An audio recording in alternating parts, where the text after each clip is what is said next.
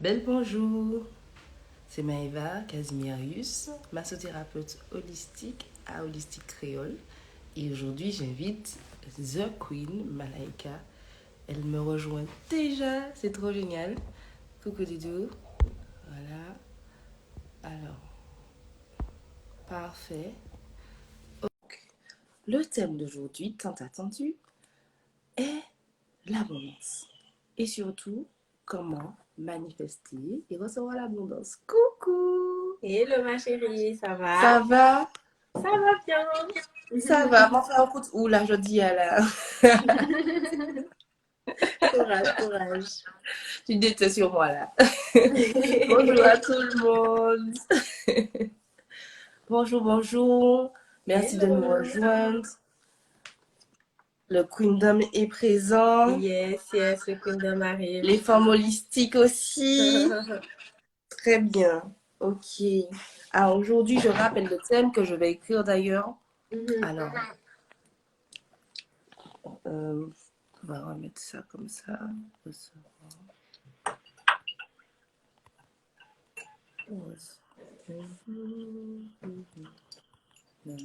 Coucou tout le monde, j'écris le thème.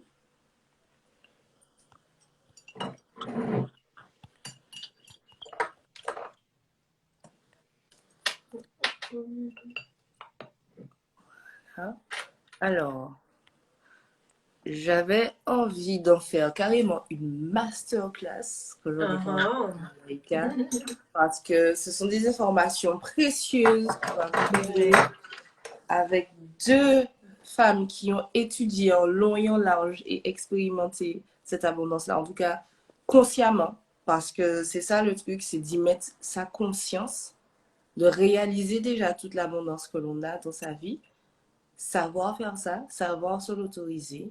Et on va voir justement nos définitions de l'abondance. C'est ça. Lorsque tu auras fini ton bon thé, Ah je non, vais t'inquiète, je vais le boire tout le live. tout. Je fais ça Ok, tous les d'accord. lives, Erika t'inquiète. Badu style. Ok. C'est le concept. Les queens savent. On vient toujours avec notre petite tasse et chacune remplit de ce qu'il veut, de ce C'est qu'elle veut. ça, mais j'avoue que Là, j'ai ça même va pas eu le temps de s'égaliser. faire ça. C'est une bonne idée, c'est une merveilleuse idée. D'ailleurs, je reprends un petit peu notre fil pour ne pas être perdu parce que ça va être dense. Est-ce que vous êtes prêts et prêtes pour le sujet? Coucou tout le monde. Hello. On va vous poser des questions, donc restez attentifs et attentives. Alors, déjà, qu'est-ce que l'abondance pour toi? Pour moi, l'abondance, c'est un concept d'illimité, en fait. Pour moi, l'abondance est très, très liée au concept d'illimité, de ne pas se sentir limité, de ne pas se mettre de limites, de ne pas accepter les limites que les autres veulent nous mettre, et également de ne pas mettre des limites sur notre vision de la vie. De dire, ah, je ne peux pas faire ça, ça, c'est pas pour moi. Pour moi, l'abondance, c'est en disant, je peux le faire, j'en suis Mhm. capable, il y en a assez pour tout le monde. Et il n'y a pas en fait de limitation à ce que je peux être, à ce que je peux réaliser, à ce que je peux obtenir, à ce que je peux incarner. Donc voilà un petit peu pour moi le concept de l'abondance. Quel est le tien, madame? Alors, sensiblement le même par rapport aux limites, parce que Mhm. c'est souvent cette sensation de ah, il y a un frein, il y a quelque chose qui nous Mhm. retient, il y a quelque chose qui résiste, et ce sont souvent nos propres limites ou les limites des autres que l'on a internalisées. Donc Mhm. l'abondance, c'est justement le fait de se sentir dans cette infinité, de se Mhm. sentir vraiment dans un, pour moi, dans un confort d'être. Déjà, C'est ça. je suis, je suis. Et je suis bien, je suis absolument confortable dans mon Mhm, propre mhm. corps, Comblé. comblé. Je me sens. Alors, je dirais pas, on n'est pas dans le. Comment dire, la toxic positivity, tout va Mhm. bien, tout est rose Mhm, mhm, mhm. H24, mais c'est cette sensation de plénitude. Oui, Tu sens que tu es pleine de vie et vraiment dans ce cercle vertueux où tu donnes, tu reçois, tu te sens dans cet échange en permanence avec l'univers, avec les autres. Et aussi, tu te sens béni. Ça vraiment Mhm. dans la spiritualité. Même si, genre, tout n'est pas rose, mais tu te sens Mhm. béni quand même. Genre, je sens que quelqu'un veille sur moi. Mhm. Voilà, être légitime. Oui, alors maintenant, à vous de nous donner vos définitions de l'abondance. Déjà, est-ce que celle de Malaika, elle vous parle? Comment ça résonne en vous? Est-ce que la mienne aussi résonne en vous? Dites-nous un peu au fur et à mesure de ce live, qu'est-ce qui résonne le plus par rapport à ce que l'on dit. S'il y a des choses à éclairer, il y a une boîte à questions en fait. Je ne sais pas si les gens savent ça sur les lives. Il y a une boîte à Mhm. questions et au fur et à mesure qu'il y a quelque chose qui vous interpelle ou vous avez une question, vous la notez là. Et à la fin en fait, du live, on va y répondre avec plaisir. D'accord? Exactement. Ok. Donc Donc pour voilà, dites-nous l'instant, un petit peu voilà. votre Qu'est-ce qui définition, les mots résonne que par ça la vous évoque, Exactement. et puis on va Bon, reprendre. alors on va pas se mentir, hein. On a parlé beaucoup en termes général, mais aussi c'est dans le beaucoup. C'est genre limite trop. Tu as beaucoup d'amour, tu as beaucoup d'argent, tu as beaucoup d'énergie, tu as beaucoup de raisons de sourire. Tu te sens vraiment dans une abondance, en fait, c'est ça. Qu'est-ce que tu en penses? Est-ce que tu parlais, est-ce que quand tu disais tu parlais en général ou de moi?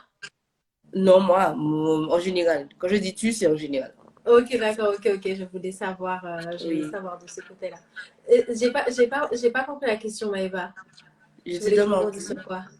je- est-ce que pour toi ça résonne avec le beaucoup ou est-ce que c'est juste genre assez? Il y a des gens aussi qui sont dans le j'ai assez ou Uhum. je suis assez ou je fais assez. Ils disent que l'abondance c'est dans Je cet pense que, état-là. Et après, moi, oui, c'est dans le tout dépend beaucoup aussi. de la perception, que ce soit le assez ou le beaucoup. Moi, comme j'ai dit, Mhm. c'est le côté de sans limite, donc il n'y a pas forcément de quantification. Ok, d'accord. Et toi? Ça dépend. Franchement, comme je dis, il y a des jours où l'abondance, je la ressens dans le beaucoup. Uhum. Et il y a des jours, effectivement, je ressens genre j'ai assez. Quand j'ai Mhm. assez pour vivre, j'ai assez pour me sentir rempli dans mon estomac, j'ai assez, tu vois. Et il y a des Ouais, jours non, où je mais je sens trouve que les genre deux j'ai marchent, les deux beaucoup marchent. aussi. Et ça dépend comment tu le gères. Mais d'ailleurs, comment toi, tu fais pour savoir si tu es dans cette abondance? Quand je suis dans l'abondance, déjà, comme j'ai dit, c'est vraiment, bon après, c'est vraiment le concept du Queendom, c'est le côté de je ne me mets pas dans une case où je ne m'enferme pas voilà, dans une case. Donc, je sais quand je me dis, je suis capable de le faire, même si ça me fait peur, même si c'est quelque chose que voilà, j'aurais pu dire avec mon passé, avec un petit peu les choses que j'ai faites. Peut-être que je ne me sentirais pas légitime, mais j'y vais. Donc ça, je pense que c'est important, de un. De deux, donc ça peut être à la fois spirituel et matériel, enfin c'est les deux d'ailleurs, l'abondance est spirituelle et matérielle, donc ça je pense que c'est super important aussi, et c'est ce qu'on va aborder dans le live, c'est le côté un peu la théorie, le ressenti, mais également la pratique et l'expérience de l'abondance. Donc moi, je me sens l'abondance quand je ne suis pas frustrée. La frustration, c'est le sentiment que j'ai le plus de mal. Je pense qu'on a tous un sentiment qu'on a le plus de mal à gérer. Et moi, c'est la frustration. Quand je me sens frustrée, quand je sens que j'ai pas forcément les moyens, là, je sais que je ne suis pas dans l'abondance. Et quand je sens que, quand je me sens bien, à l'aise au niveau spirituel, au niveau matériel, que je sais que même s'il y a des obstacles, je peux les surmonter, etc., que je me sens pas bloquée, que je me sens dans le flow, en fait. C'est très lié au flow, c'est très lié à l'eau. En tout cas, si on image un petit peu et si on met un élément dessus, c'est le côté je peux circuler, je peux aller et je sens, voilà, quand je suis dans ça. Par exemple, mentalement, c'est quand je vais avoir de l'inspiration, quand je vais penser à des choses à faire, quand j'aurai de l'énergie. Matériellement, c'est quand j'ai de l'argent, je me sens bien aussi. Et on va en parler aussi d'être bien, d'être à l'aise avec le fait de générer de l'argent, d'avoir de l'argent. Parce que l'argent, pour moi, c'est aussi une liberté. Quand je sens que aussi, ben voilà, au niveau commercial aussi, le fait que les queens aient leurs produits, que je sens que en fait leur énergie, par exemple là on a eu un lancement et je suis connectée vraiment à l'énergie de la boutique, c'est-à-dire c'est très dur pour moi de faire autre chose parce que les queens sont là, on est là, donc voilà, c'est très très intense et je sens en effet qu'on se donne en fait et que je donne un, une autre personne va donner un et ça fait 1000. Et pour moi c'est aussi cet effet de démultiplication que je ressens dans l'abondance un petit peu dans ma vie et dans mon activité professionnelle, par exemple. D'accord. Je suis d'accord, je suis d'accord. Ça résonne beaucoup avec ce que je pense aussi. Moi, c'est quand je me sens aussi insatisfaite que je sais que je ne suis pas dans l'abondance. Genre, je ne suis pas... Maintenant, je suis enfin, de plus en plus au clair avec mon intuition. Je sais que, voilà, là, c'est juste énergétiquement, limite, de manière genre l'univers c'est pas aligné, ok, tu vois, il y a des périodes comme ça, hein. On en parlait une fois, la Ouais, stagnation, où genre ouais, t'as surtout beau 2022, faire, il faudra qu'on en parle. attends, stagnation 2022, attends, on va voir si c'est vraiment la définition, on va attendre décembre pour ça, t'exagères, D'accord, d'accord, d'accord. attends. Mais la stagnation de, tu essaies, ça marche pas et tout, et tu sens que, ben, voilà, ça tombe à plat. Ou bien il y a des moments où, voilà, tu as fait ton max, c'est quand même super génial, mais tu as cette petite frustration de je sais que j'aurais pu faire encore mieux, voilà, ce genre de choses. Il y a les deux. Mais l'abondance, pour moi, c'est vraiment être satisfaite de soi, déjà de base. Et quand je suis pas satisfaite de moi, en fait, là, je sais que je suis carrément pas dans mon mindset d'abondance. Ok, intéressant, intéressant. La satisfaction. C'est intéressant de voir en fait comment chacun se considère. Moi, j'utilise pas trop Mhm. le côté je suis satisfaite de moi. Attends, j'essaie de voir dans mon Mhm. logiciel comment ça se traduit. Parce que des fois, en fait, on a les mêmes impressions, mais on n'utilise pas forcément Pas les les mêmes mêmes mots. mots. C'est vrai qu'on Exactement. a souvent ces débats-là C'est sur les mots qu'on sûr. utilise. Et en effet, moi, je pense que c'est, tu vois, c'est quand je dirais frustré, comme j'ai dit, le côté Ouais, frustré, et ben, frustré. je pense que c'est Ouais. insatisfait. Je suis Exactement. d'accord. Je suis d'accord aussi avec ce mot-là. C'est juste que, tu sais, dans la frustration, tu as quand même cet effort. Tu sens il y a un effort. Il y a vraiment ça, tu vois. Et la satisfaction, des fois, pour moi, je suis un petit peu à tendance perfectionniste. Ouais, je Donc, vois. je Et moi sais pas. tout. C'est Et beaucoup. voilà, tu vois, moi, mais je sais que c'est pas un truc que j'ai envie de cultiver pour le reste de ma Ouais, vie, ça, on est d'accord, tu vois. Mais voilà, c'est pour ça que je parlais de satisfaction plutôt que de je vois, frustration. Ouais. totalement. Et est-ce que Alors, les filles, vous vous oui, reconnaissez de je suis de ce satisfaite de côté. moi, insatisfaite, ou le côté Mhm. je suis frustrée, je suis bloquée. Moi, c'est ouais, c'est parfois ces ressentis-là et que j'ai beaucoup ressenti cette année, le côté blocage qui parfois était un challenge. Et on va parler aussi voilà, un peu des challenges qui parfois nous mettent, nous bloquent sur le chemin de l'abondance. Mais je laisse Et toi, Maïva. tu ressens où d'ailleurs quand tu es dans ton, ben, on va dire le mot, hein, pour moi c'est scarcity, hein, quand je suis pas dans mon Mhm. abondance. Donc, scarcity, la manière dont je le traduis, c'est le manque en fait. C'est quand Mhm, tu es mhm, mhm. dans une croyance, dans un paradigme où il te manque, il te manque, il te manque, il te manque. Mhm. Et là, dans ce moment-là, moi, tu vois, j'étais en train d'en parler et je le ressentais là. Genre, ma gorge, elle est serrée. Oui, c'est Euh, vrai. Mhm. tu vois, je veux dire, elle est serrée, ma poitrine, genre, je respire pas. C'est Mhm. souvent, je demande maintenant à mes clientes là où elles ressentent l'émotion par rapport à ce Mhm. qu'on dit. Ça te permet de vraiment être dans ton corps, de te dire, ok, ça, cette pensée-là, elle est en train de m'étouffer Mhm, littéralement. mhm, mhm. Et de reprendre le pouvoir, c'est de aussi se remettre dans son corps pour moi. Et on va en parler. Alors, Exact. du coup, on enchaîne puisque vous ne répondez pas, mais on va vous parler de ce que l'on pense autour de l'abondance et ce qui ne l'est pas. Donc, le Scout City Mindset pour toi, du coup, qu'est-ce que c'est Oui, c'est ça. exactement, Donc, selon moi, tes voilà, mots? comme j'appelle ça le mindset de rareté ou du manque. Mhm, Donc, du coup, voilà, comme tu as dit, c'est le contraire de l'abondance. Et c'est le côté où, bah, on soit se pose des limites, on se sent limité, ou voilà, on se sent, comme j'ai dit, moi, c'est vraiment manifesté par le côté je suis frustrée, je suis bloquée, je n'ai pas les moyens mhm. mentaux, énergétiques ou matériels pour être bien. Et ça m'enferme, je sens une oppression en fait. Ouais, ouais. Je me Je sens comprends. oppressée, je me sens bloquée. Et voilà, parce que moi, mon mindset, c'est la liberté. L'abondance est très, très liée, comme j'ai dit, à la liberté et à Mhm, l'illimité. Et quand je suis dans je suis limitée, je ne peux pas aller au-dessus de ça, etc. Bon, comme j'ai assez débloqué mon mindset d'abondance au niveau mental, c'est souvent quand le matériel me bloque que ça me pose le plus de problèmes. Parce qu'on peut se dire, oui, donc c'est bien de penser abondance et tout, mais quand ta vie ne l'est pas, comment tu fais, tu vois?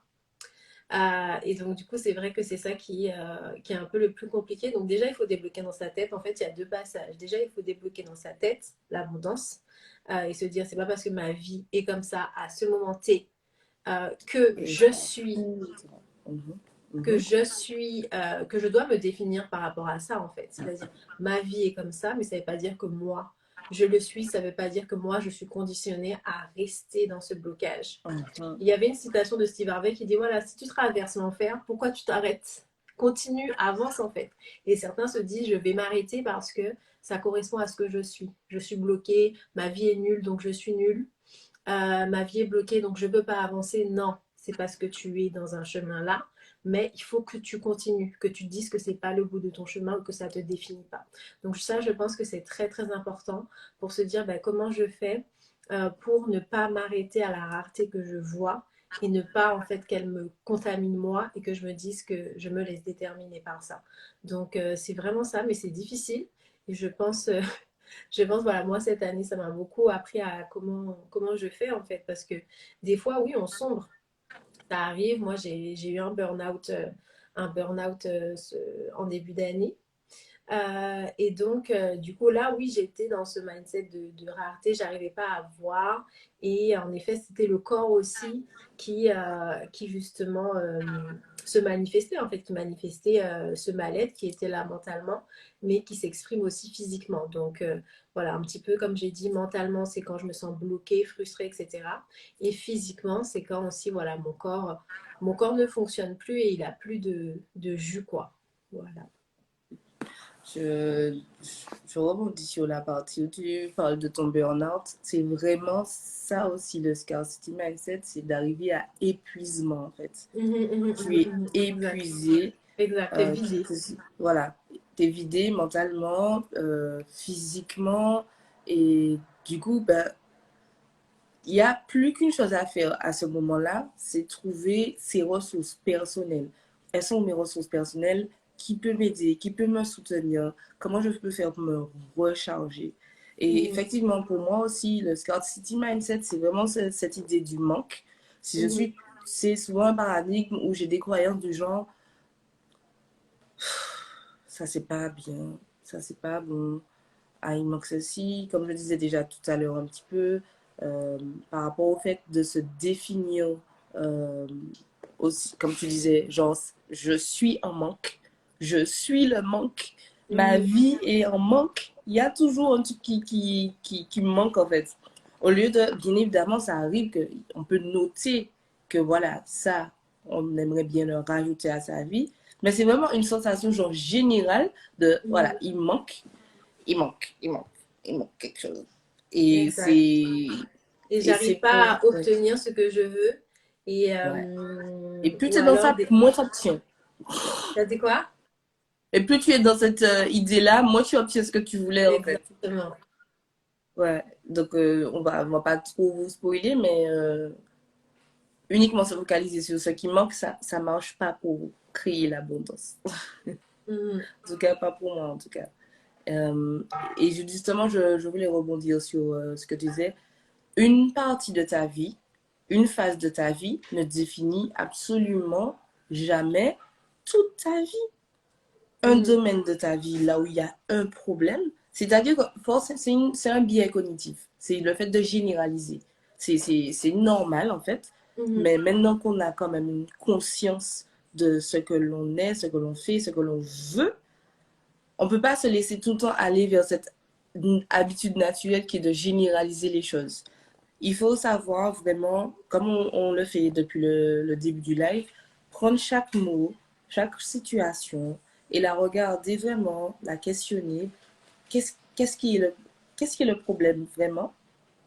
Est-ce que j'ai un problème? Est-ce que là, dans la situation, il y a un problème? Mais pas genre je suis le problème. Je suis, Mhm, voilà, mhm, I'm a mhm. mess. Voilà, une fois que tu commences à te définir comme ça, I'm a mess, genre je suis, voilà, ne vaut rien, ce genre de choses, quand tu commences à parler de Oui, toi voilà, comme c'est des ça. choses qui... Après, comme tu disais, voilà, quand on est dans un moment un peu obscur, il faut se dire comment j'en sors. D'abord, il faut dire pourquoi je suis là. Je pense que ça, c'est important parce que des fois, on veut se précipiter à sortir. On n'a pas compris pourquoi on était là. Donc, du coup, je pense que ça aussi, c'est très important. Qu'est-ce qui m'a mené là? Et du coup, en comprenant le pourquoi, ben justement, ça nous connecte à comment en sortir. Donc, je Mhm. pense que ça aussi, c'est important. Moi, par exemple, je sais que c'était le fait de revenir à Paris qui était très difficile. Ensuite, la période de Mhm. vente, par exemple, des planeurs, donc qui est épuisante parce que là, par exemple, c'est le début cette année, donc j'adore, etc. Mais au bout de 4 mois, c'est épuisant parce qu'il faut tout le temps voilà, être à l'affût et ça t'essouffle en fait. Comme tu as dit, tu perds un peu de gaz et c'est pas ma place aussi en tant que dirigeant d'entreprise, c'est pas ma place de vendre. C'est ma place de présenter, de partager, Mhm. d'inspirer, mais pas de vendre. Donc du coup, voilà, j'étais pas à ma place et donc du coup, ça m'a épuisée en fait. J'étais plus en mode ouvrière de mon entreprise plutôt que dirigeante ou créatrice ou coach. Et donc du coup, cette chose-là m'a épuisée. Donc par exemple, c'est maintenant que j'ai compris un peu le pourquoi que je sais que bah là, j'ai une équipe pour gérer ce côté communication et marketing, etc.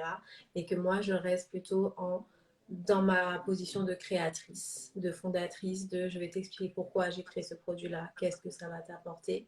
Mais le reste du côté opérationnel, c'est pas ma zone. Donc, du coup, aussi, je reprends de l'énergie parce que des fois, tu as des fuites d'énergie parce que tu occupes des positions, que ce soit dans ta famille, quand tu en fais trop pour ta famille, quand tu prends toutes les charges, que les gens te demandent ci, et puis ça, et puis ci, parce que de toute façon, elle dit jamais non. La même chose pour tes amis, que tu supportes en fait des poids, des poids, des poids, et ben à un moment, ça craque, et là, tu te dis en fait, il faut que je rééquilibre. Il faut que je rééquilibre. Parce que l'abondance, certes, des fois, on se dit l'abondance, c'est le partage, c'est tout donner, etc. Mais si tu donnes aussi tout aux autres, tu n'en as pas assez pour toi. Donc, il faut faire aussi attention à comment bien utiliser son énergie. Et certes, voilà, tu as de l'énergie à revendre, etc. Mais il faut veiller à cet équilibre. Absolument. Et du coup, qu'est-ce qui est à l'origine de ça pour toi, ce scarcity mindset Mhm. pour tes clientes? Mhm. Comment tu analyses ça dans leur situation quand elles viennent te parler? Déjà, comment elles viennent te parler? Elles te C'est le ça, disent c'est ça. vraiment? Donc, du Comment coup, elles c'est viennent te vrai parler? qu'on ne s'est même pas présenté. Ah oui? Et du coup, Ah je oui, sais non, moi pas. je me suis présentée au tout début. Mais oui, toi, tu D'accord. t'es pas présentée, Tu m'as excuse-moi. présenté, je sais plus. Donc, Non, non, oh, excusez-moi. Pardon. pardon. Donc, du Alors, coup, bon, pour ceux pour l'audience en tout cas de Maëva, de lycée créole, donc moi je suis Malaika, donc du coup je suis la fondatrice du Queendom, qui est une communauté qui est dédiée à l'épanouissement féminin, que ce soit au niveau personnel, professionnel, spirituel. Et donc, du coup, comment on fait ça? Donc, j'ai commencé par le coaching en développement personnel, et ensuite j'ai poursuivi en créant des produits comme des planeurs que je vous montrerai peut-être tout à l'heure, également des bijoux pour vraiment se valoriser.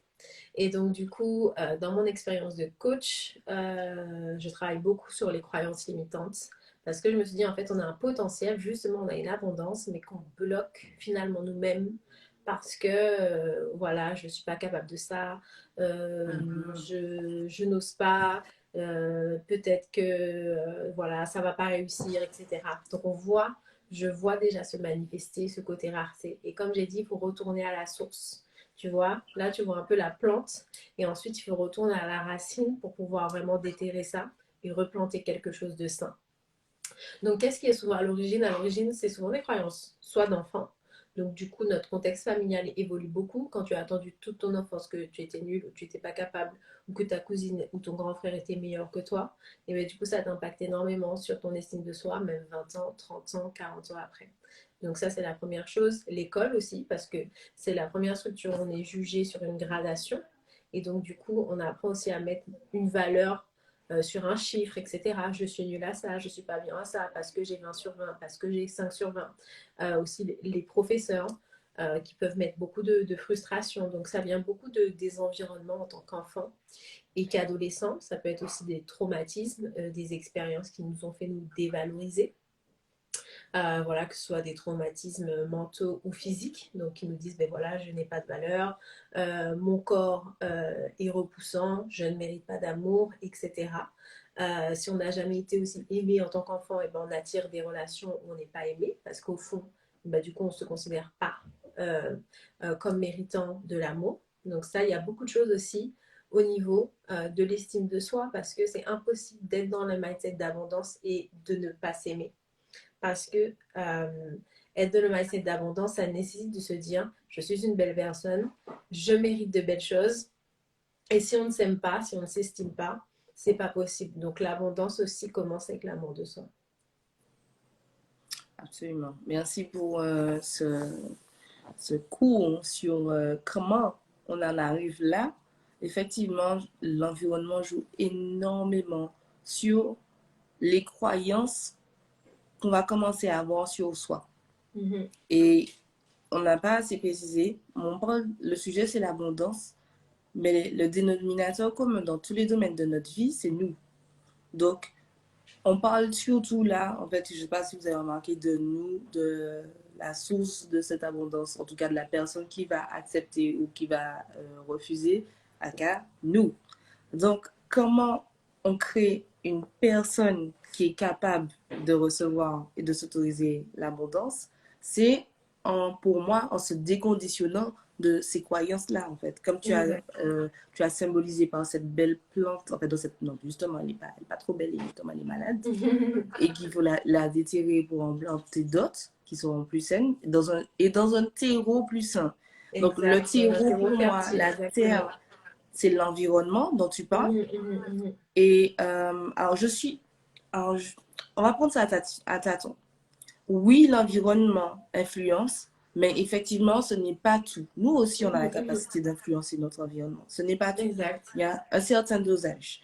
Mais effectivement, si tu es dans un entourage, genre de haters, entre guillemets, de personnes qui sont jaloux de ton potentiel, que tu ne vois même pas, et que eux ils veulent pas que tu le vois surtout, oui, forcément, les phrases qui vont te sortir ne vont pas t'aider à prendre conscience de ça. Ça, c'est clair et net.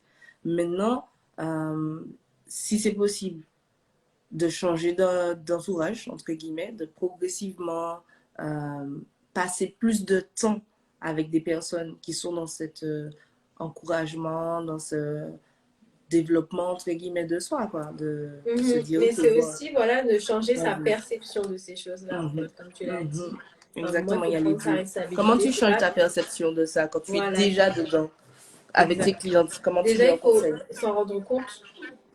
Donc, c'est pour ça aussi La que prise de c'est conscience. important d'être accompagné et pourquoi on fait ce qu'on fait, d'être accompagnante en épanouissement. Il faut se rendre compte et c'est bien de le voir avec une autre personne en disant oui, tu as cette croyance qui t'impacte énormément. Et de voir aussi que la personne voit l'impact que ça a dans sa vie, voit toutes les choses qu'elle aurait pu faire si elle n'avait pas eu cette croyance limitante.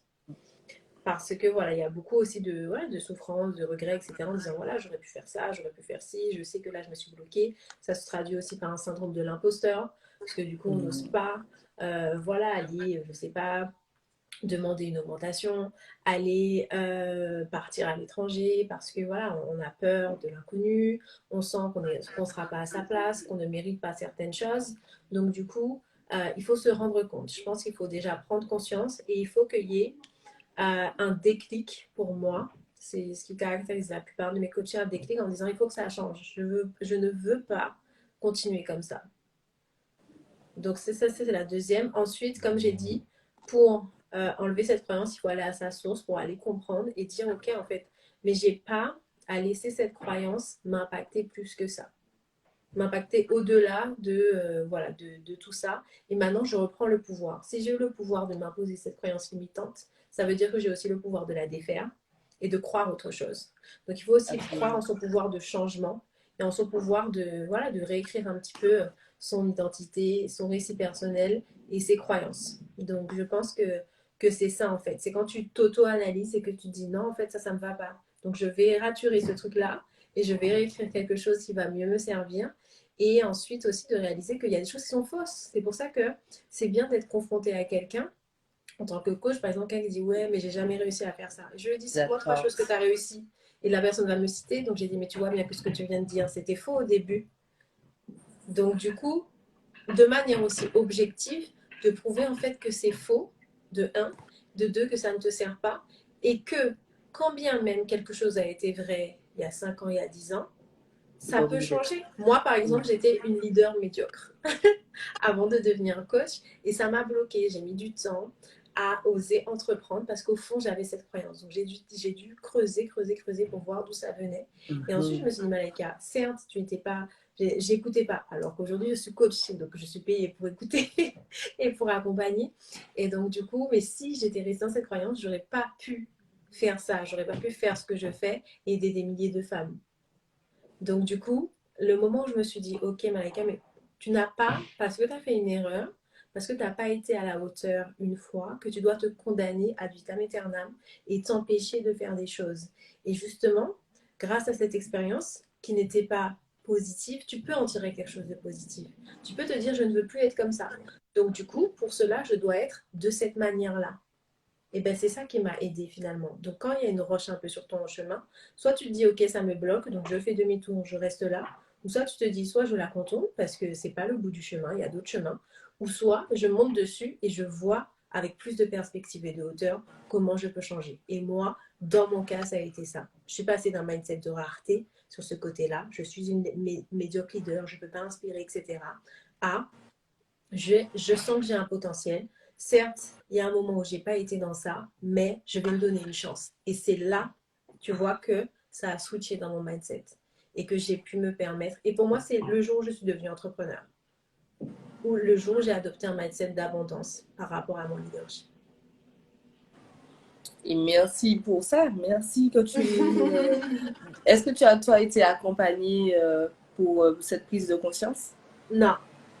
Non, du tout. Ok. Parce Donc, du que coup, je suis souvent, autodidacte et ensuite, j'applique aux autres ce que je me suis appris à moi-même sur toutes mes choses. je suis d'accord avec toi. Il y a eu beaucoup de ça pour moi. Et en même temps, moi, je me suis fait coacher, en fait. Parce qu'il y avait... Ah, merci. Alors, il y a eu des moments où c'était comme si j'avais un angle mort. Je ne... J'avais beau consciemment réfléchir à la situation. Je réfléchissais, qu'est-ce qui va pas, qu'est-ce qui va pas, qu'est-ce qui va pas. En fait, mon problème à moi était que tout ce que je considérais être genre normal, voilà, c'est comme ça. Voilà, je suis juste comme ça. Cette partie-là était dans mon angle mort. J'étais juste inconsciente que non, c'est pas comme ça. C'est ce que tu as choisi de penser, c'est ce que tu as choisi de croire.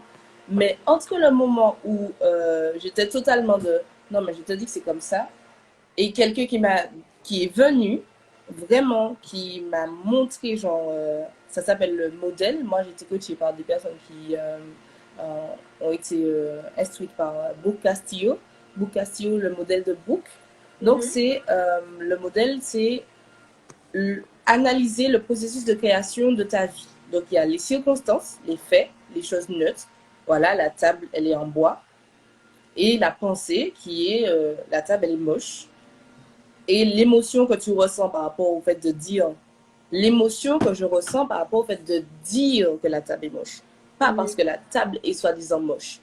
Parce que c'est ça le moment phare, en fait, pour nous dans la prise de conscience, c'est de se rendre compte que c'est toi qui penses que la table est moche. Mais sinon, la table, elle est juste là, en fait, elle est en bois. Et c'est tout ça, c'est à ce moment-là où je me suis dit, mais en fait, non, je suis juste moi.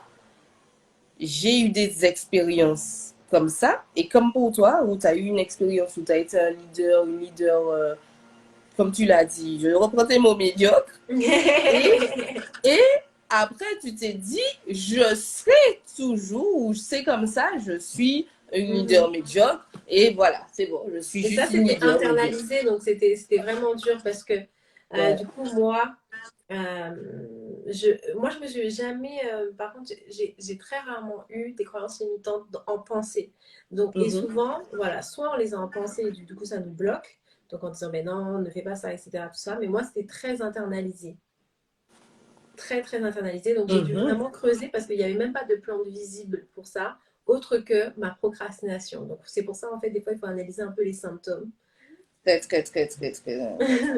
Les Mhm. symptômes Mhm. parce que des fois, les croyances, elles sont tellement internalisées qu'on ne les voit Mhm. pas. On ne sait pas qu'est-ce qui est à l'origine. Mais pourquoi? Genre, j'ai envie d'entreprendre, j'ai envie de faire des choses. Mais Mhm. Mais du coup, je suis bloquée. Et c'est pour ça que je me suis dit, il y a une raison, c'est pas juste j'ai la flemme, etc. On se dit souvent ça. Il y a quelque chose de plus profond. Si ça fait un an que tu stagnes sur ton projet, c'est qu'il y a un truc qui est plus profond que ta flemme ou que tu n'as pas le temps, etc. Donc c'est ça vraiment qu'il faut analyser. Et moi, j'étais choquée quand j'ai découvert que c'était ça, hein, Maëva.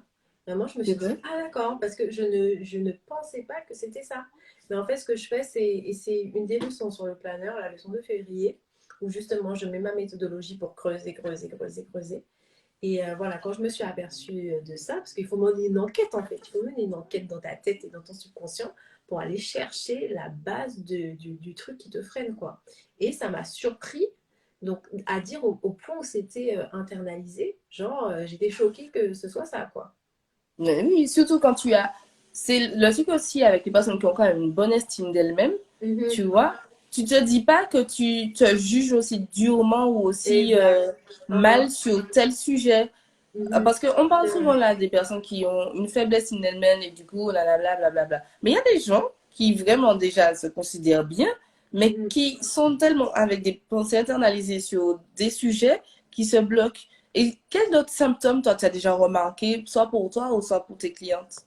Soit pour mes clientes, donc du coup, beaucoup, comme j'ai dit, de blocage par rapport au projet, au changement de carrière, etc. Genre, j'ai envie de changer, j'ai envie de faire ça. Mais voilà, j'ai l'idée, j'ai écrit, mais il n'y a jamais d'action, quoi.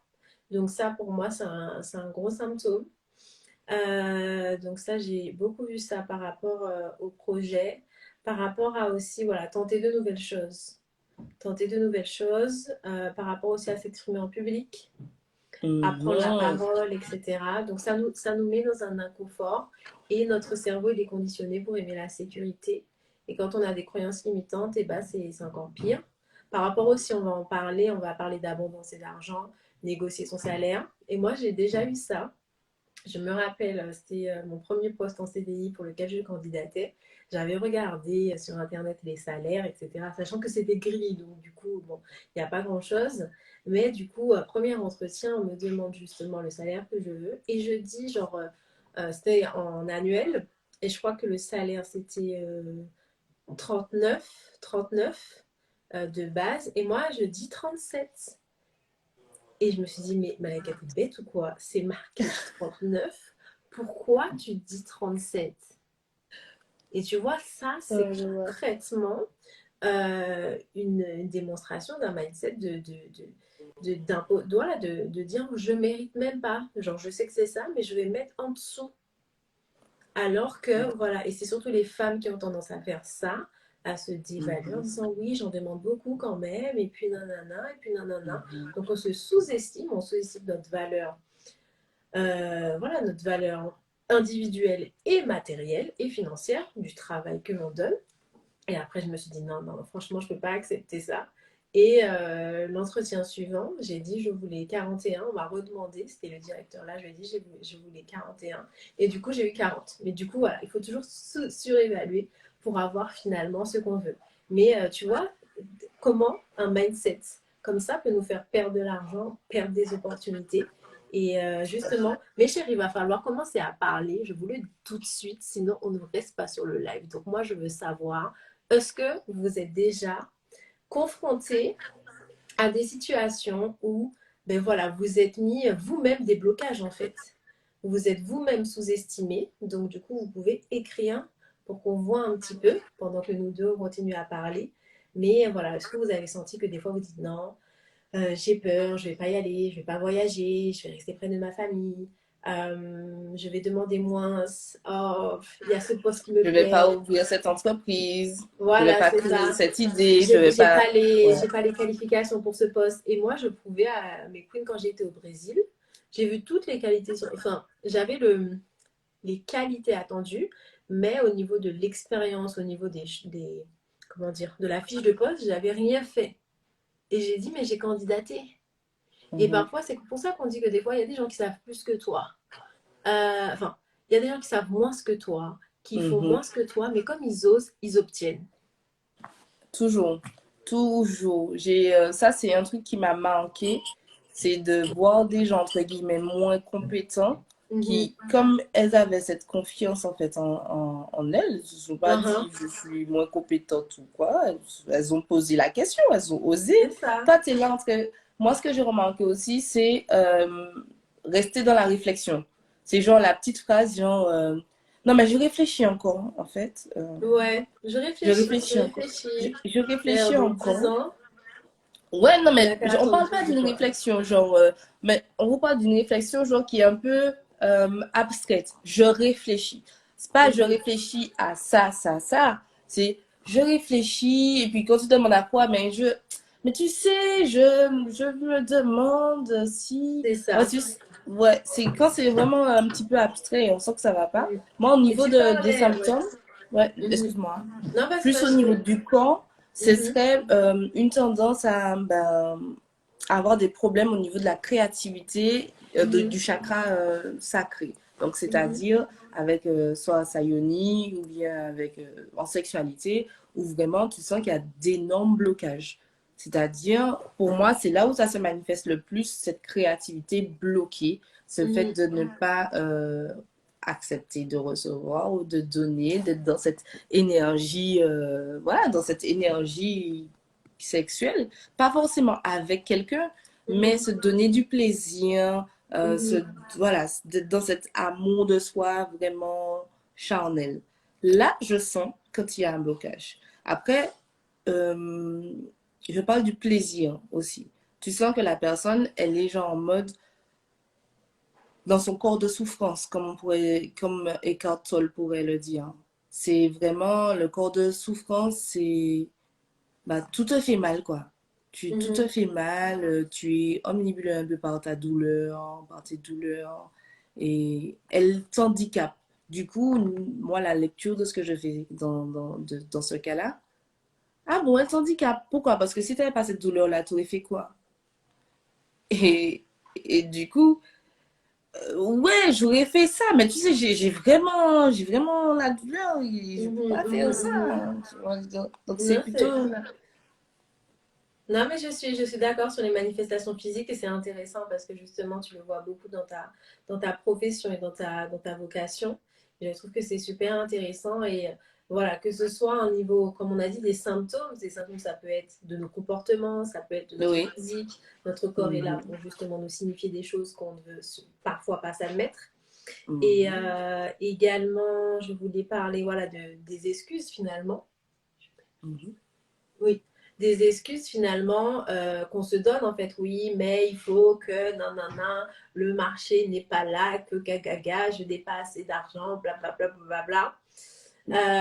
Donc ça aussi, c'est un mindset de rareté, de voir que les problèmes. Et moi, en fait, je me suis programmée, j'ai programmé mon cerveau pour dire, il n'y a pas de problème, il n'y a que des solutions. S'il y a un problème, c'est qu'il y a une solution. Donc, du coup, j'ai tellement répété ça à mon cerveau que du coup, il le croit. Et en fait, quand il y a un problème, il va chercher la solution. Il va ramer. Enfin, quand je dis ramer, il va mouliner, on va dire, jusqu'à trouver la solution. Donc, ça, c'est vraiment pour moi la meilleure programmation. Quand je dis programmation, c'est une pensée que tu as. Donc, par exemple, quand tu dis je suis nul, c'est une programmation. C'est comme dans ton téléphone, tu as des applications qui accomplissent certaines fonctionnalités. Dans ton cerveau, c'est la même chose. Et donc, du coup, des fois, il faut libérer de l'espace parce que aussi notre stockage mental est surchargé d'applications qui ne nous servent à rien. Et ensuite, ton téléphone rame. Et bien, si tu prends beaucoup de temps à justement voir que ton ordi rame pas, etc., qu'Internet passe, mais dans ta tête, est-ce que ça rame? Est-ce que ça passe? Est-ce que les applications, les croyances que tu as t'aident à avancer? Est-ce que c'est utile ou est-ce que tu perds un peu ton temps? Donc ça, je pense que c'est très important de s'auto-analyser et de dire quelles sont un peu mes croyances, qu'est-ce que je me répète souvent et comment un peu je réagis aux choses. Est-ce que je suis la personne qui va trouver des excuses quand on va me proposer quelque chose? Comment je réagis à la nouveauté? Comment je réagis quand j'ai une nouvelle idée? Est-ce que je dis ouais, c'est super, bah tiens, je vais l'écrire, je vais faire une petite action? Ou je vais dire ah mais non, mais c'est pas possible de la réaliser, j'ai déjà trop de choses, etc. Donc là, sans avoir pris le temps de vraiment réfléchir. On parle de ça aussi. Hein, oui, c'est ça.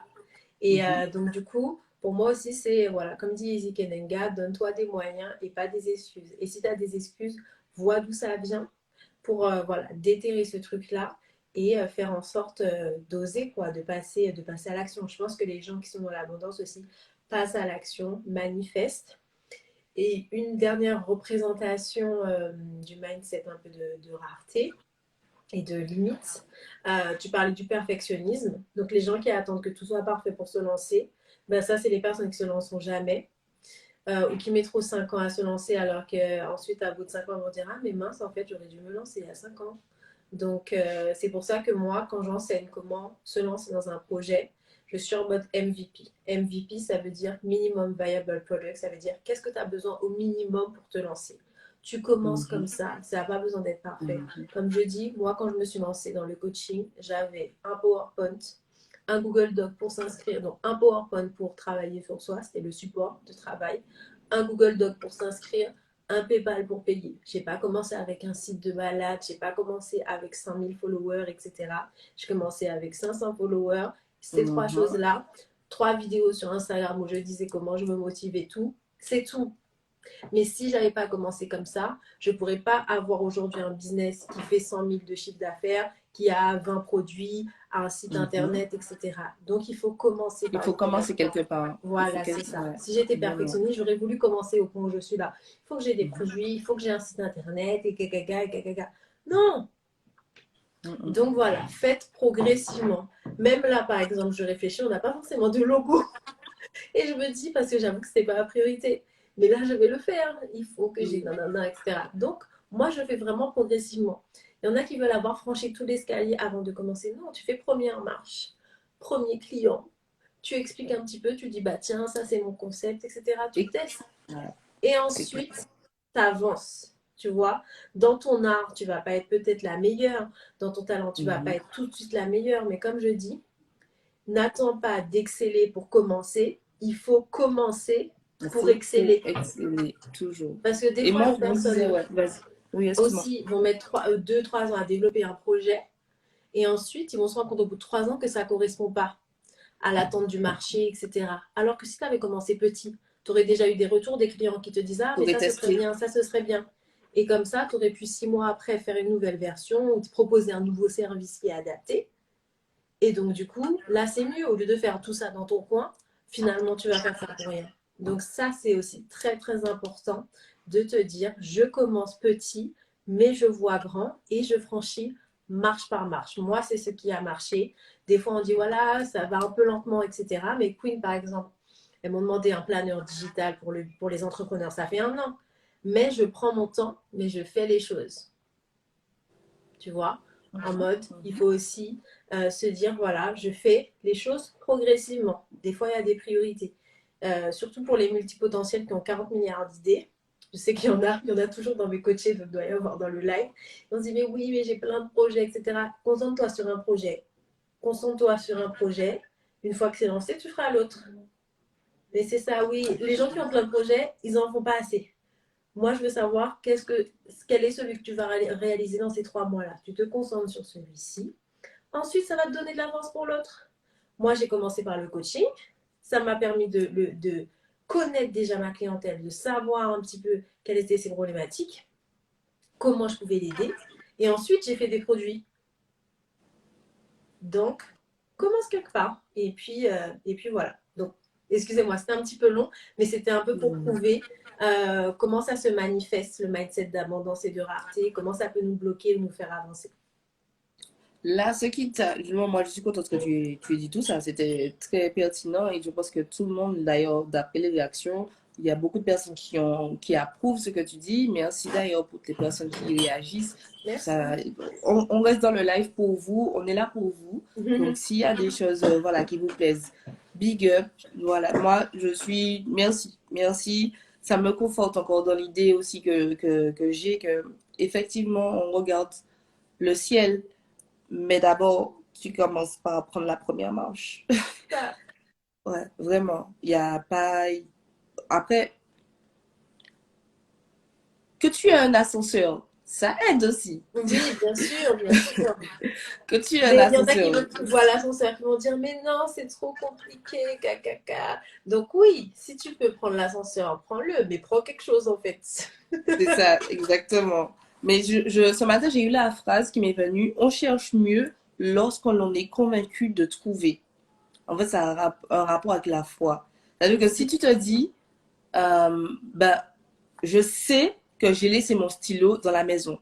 Tu vas le chercher avec cette intention, vraiment avec cette envie, avec cette certitude de le trouver. Mais si tu es en mode, je sais pas où je l'ai mis, vraiment, j'en ai aucune idée. Tu le cherches, mais tu le cherches pas vraiment Exact. parce que t'es pas sûr. En fait, c'est ça. Moi, je me suis dit ce matin, cette phrase-là, elle m'est venue, je dis, je vais la Ouais, j'aime partager. beaucoup, On j'aime cherche beaucoup. mieux lorsqu'on est convaincu de trouver. Mais Tu t'as es trop sûr que raison. tu vas trouver du succès, Mhm. ben, tu vas chercher les moyens pour arriver à ce succès-là. Exactement. Je suis Mais totalement si tu n'es pas d'accord. convaincu que tu vas avoir du succès, ou bien même que c'est possible pour toi, Exact. bah, tu vas Mhm. même pas te donner les moyens à la fois de te déconditionner, donc peut-être même de chercher des coachs ou je sais pas quoi, ou par exemple, si moi je vais parler aussi plus aussi du corps, parce que effectivement, moi, c'est vraiment mon domaine. Mhm. Qu'est-ce qui, dans mon corps, dans ma façon d'être, dans mon sentiment de sécurité avec l'abondance et à Mhm. revoir, améliorer.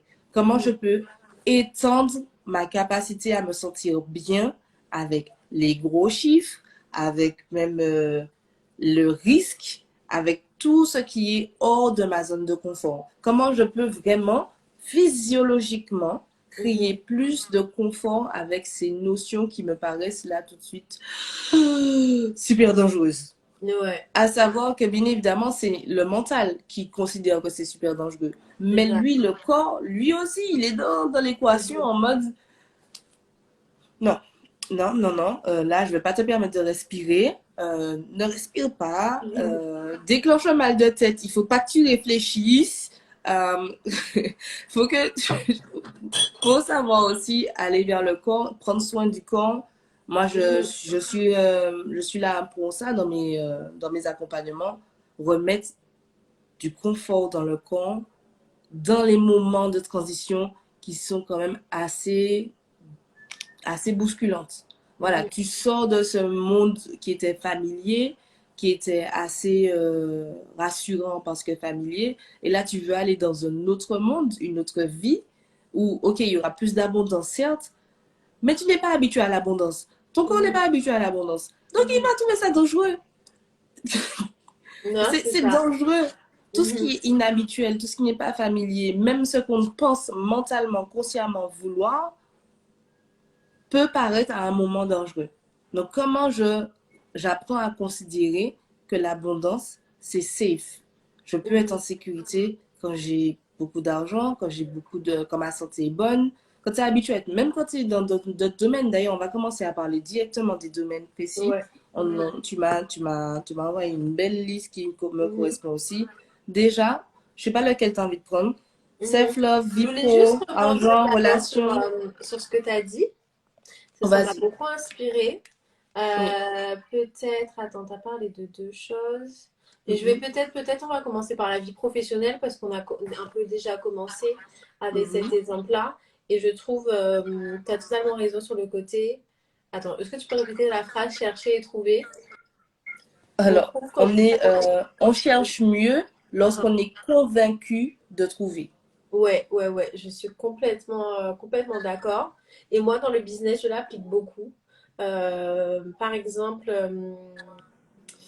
c'était quelle année? En 2020, je crois, on a fait 500 Mhm. planeurs. Or, on avait 300 followers, je crois, sur Vie de Mhm. Queen, mais j'étais persuadée qu'il fallait faire 500 planeurs.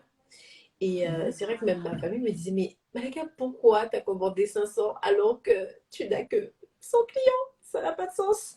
Mais en fait, je me disais, si j'ai fait 500 planeurs, c'est-à-dire qu'il y a 500 queens et qu'il faut que je les Oui, trouve. C'est tout. exactement. Et je ne m'arrête pas tant que je n'ai pas trouvé. Et l'année d'après, c'était, j'en ai fait 1000. Oui, j'ai moins de Mhm. clients. J'ai plus de planeurs que de clientes. Pour Mhm. l'instant. Mais Pour c'est ça l'instant. aussi qui est important de dire, c'est pas parce que ma réalité c'est comme ça que je vais me bloquer. Certes, aujourd'hui je suis à là, mais c'est pas parce que je suis à là que je dois rester là. Je me mets là, ma vision elle est là, donc du coup je vais m'obliger à monter. Tu vois? Donc du coup, Absolument. avant que... Il y a une phrase qui dit, attends, je vais voir si je la trouve, c'est une phrase qui dit, avant que les choses que tu vois commencent à changer, il faut que tu changes ta façon de voir ces choses-là. Absolument. J'adore celle-là. J'adore. Donc, du coup, ça, c'est J'adore. super important. Et de se J'adore. dire, en fait, voilà, je peux accomplir des choses, je peux impacter et je peux aller vers des objectifs qui me font peur. Comme tu l'as dit, que le fait que notre mental et que notre corps se bloquent ou fasse une alarme quand il y a quelque chose de nouveau, quand il y a quelque chose qui nous paraît risqué, c'est normal. On ne va pas reprocher à une alarme de sonner. C'est sa fonctionnalité. Notre corps, il est Mhm. programmé comme ça. On a un cerveau primitif et notre mental, on a un cerveau primitif qui fait que à chaque danger, il va se dire non, c'est dangereux, etc. Mais c'est pour ça aussi qu'il faut être conscient que c'est toi le maître de la programmation. Parce que soit tu te laisses un petit peu happer par les choses en disant j'ai une alarme donc je me bloque. Donc là, tu es un petit peu dans. Mhm. Bah, tu es complètement soumis finalement, tu es un spectateur. Ou soit tu te dis en fait non, c'est moi qui ai écrit les scénarios, c'est moi qui programme. Donc oui, ça me fait peur, c'est normal, l'alarme sonne, mais je décide d'y aller quand même parce que ce n'est qu'une alarme en fait. Donc tu vois, c'est aussi le côté Matrix où il voit un petit peu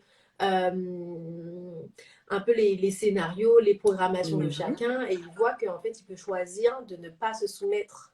Et ça, je pense que c'est très important en disant ouais, j'ai peur et alors je vais y aller quand même. Certes, tu vois, quand tu lèves la main à une conférence, tu sens que tu commences C'est à clair. suer et tout, que ça C'est commence à clair. palpiter. Tu dis, mais bref, je lève la main tout de suite. Je dis, en fait, Ouais, c'est moi qui décide. Donc, je lève la main, c'est trop tard. exactement. J'aime Trop pas trop tard. aller aussi vers les gens. Je suis pas quelqu'un qui. Voilà, c'est vrai que voilà, j'ai mon queendom, etc. Donc on est très voilà, dans une communauté, etc. que je connais, que je maîtrise. Mais aller vers des inconnus, c'est assez difficile pour moi. C'est pas trop mon truc. Mais je me dis, allez, j'y vais. De toute façon, ça va pas. Voilà, c'est.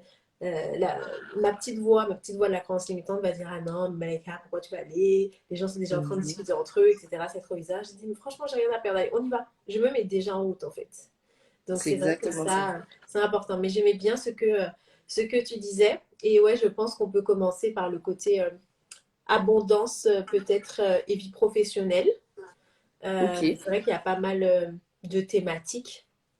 Alors, on vous dit tout de suite, si vous avez des questions, là, on va parler de l'abondance et la vie pro, le côté Ouais, professionnel. ouais. Donc, si vous avez... Alors, il y a une question déjà, en fait, je sais pas si tu veux C'est répondre quoi? maintenant ou après. C'est sur vie pro ou pas?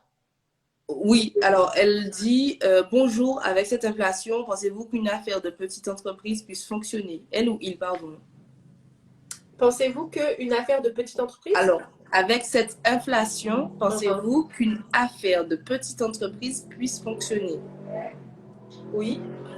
Moi déjà, moi je pense pas à l'inflation. Tu vois, je pense pas à ces choses-là parce que certes, c'est un impact. Par exemple, moi, là, euh, la chose qui m'impacte, c'est le taux de change euro-dollar parce que certaines marchandises, je les achète en dollars.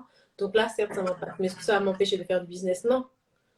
Donc du coup, il ne faut pas se limiter. Et justement, les gens qui investissent et qui se lancent dans des périodes à risque, eh ben, c'est eux qui vont survivre et c'est eux qui font des choses. Mais si tu te dis oui, parce que l'inflation, parce que je ne sais pas quoi, etc., et ben, du coup, tu vas te bloquer. Après, par exemple, si tu as un business, je ne sais pas, de transport, et que là, il y a la hausse des transports, ben, évidemment, tu vas prendre ça en compte. Mais fais ton business model, tu poses les chiffres, et ensuite, tu vois. Parce que beaucoup de gens, des fois, ils se bloquent, mais ils n'ont même pas cherché derrière. Ils n'ont même pas été jusqu'au business plan en disant, est-ce que, par exemple, la hausse du carburant fait que je ne serai pas rentable? Ils vont pas aller, ils vont dire, oui, je voulais lancer un truc de transport, mais la hausse du carburant, t'as vu, fini. Mais cherche. Et ensuite, dis-toi, oui, en effet, j'ai fait cette étude-là, etc. Et donc, du coup, là, ça me paraît compliqué, donc je vais attendre. Là, tu as produit quelque chose, tu vois. Mais le côté, oui, j'ai trop de travail, j'ai pas le temps, etc. Comment tu fais pour chercher le temps? Alors, ou alors, c'est que tu ne veux pas chercher du temps et que tu ne veux pas que ta vie évolue. Et là, ok, mais il faut assumer sa responsabilité. C'est pas le temps qui te peine, c'est le fait que tu n'as pas envie de réarranger ton temps pour te mettre dans l'entrepreneuriat à côté ou que tu t'en considères pas capable. Et c'est OK. mais dis-toi la vérité. Et si c'est un problème, quelle est la solution? Donc, il faut penser, il y a un problème, quelle est la solution? Et si tu... Toujours. Voilà, c'est tout. Donc, pour Et moi, c'est justement, ça. par rapport à cette question-là, l'inflation, je pense que ça va rentrer directement effectivement dans le sujet abondance et vie pro, parce Mhm. que forcément, comme tu l'as dit, bah, tu calcules tes charges, tu calcules tes charges pour Mhm. savoir quel tarif. Parce que si tu vends quoi que ce soit, un service, un produit, peu importe, il y a un tarif sur ce Bien sûr. que tu vas vendre, ce que tu vas proposer. Du coup, avec cette inflation, je reprends la question. Pensez-vous qu'une affaire de petite entreprise, déjà, petite entreprise, définition, qu'est-ce que c'est pour toi, petite entreprise? Si tu es encore dans le live, Aidan, c'est quoi une petite entreprise? Parce que tu peux être seul et générer des millions. Enfin, je sais pas, qu'est-ce que petite?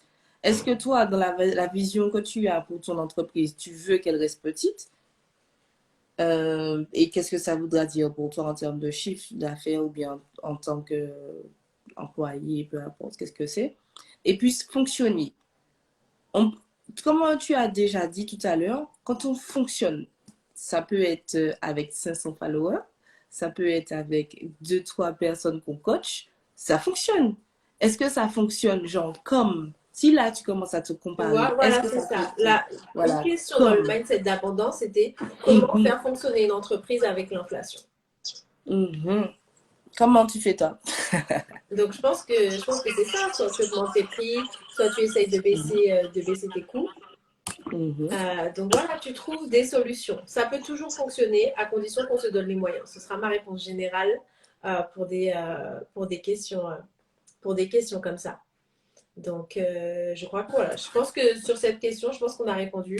Et Aidan pose-toi la question comment faire fonctionner mon entreprise et comment voilà, la rendre grande dans son impact et dans sa valeur, dans ses chiffres, malgré des contextes comme l'inflation, etc. Et je voulais rebondir aussi sur le côté, je ne sais pas si tu as vu Macron a déclaré que c'était la fin de l'abondance.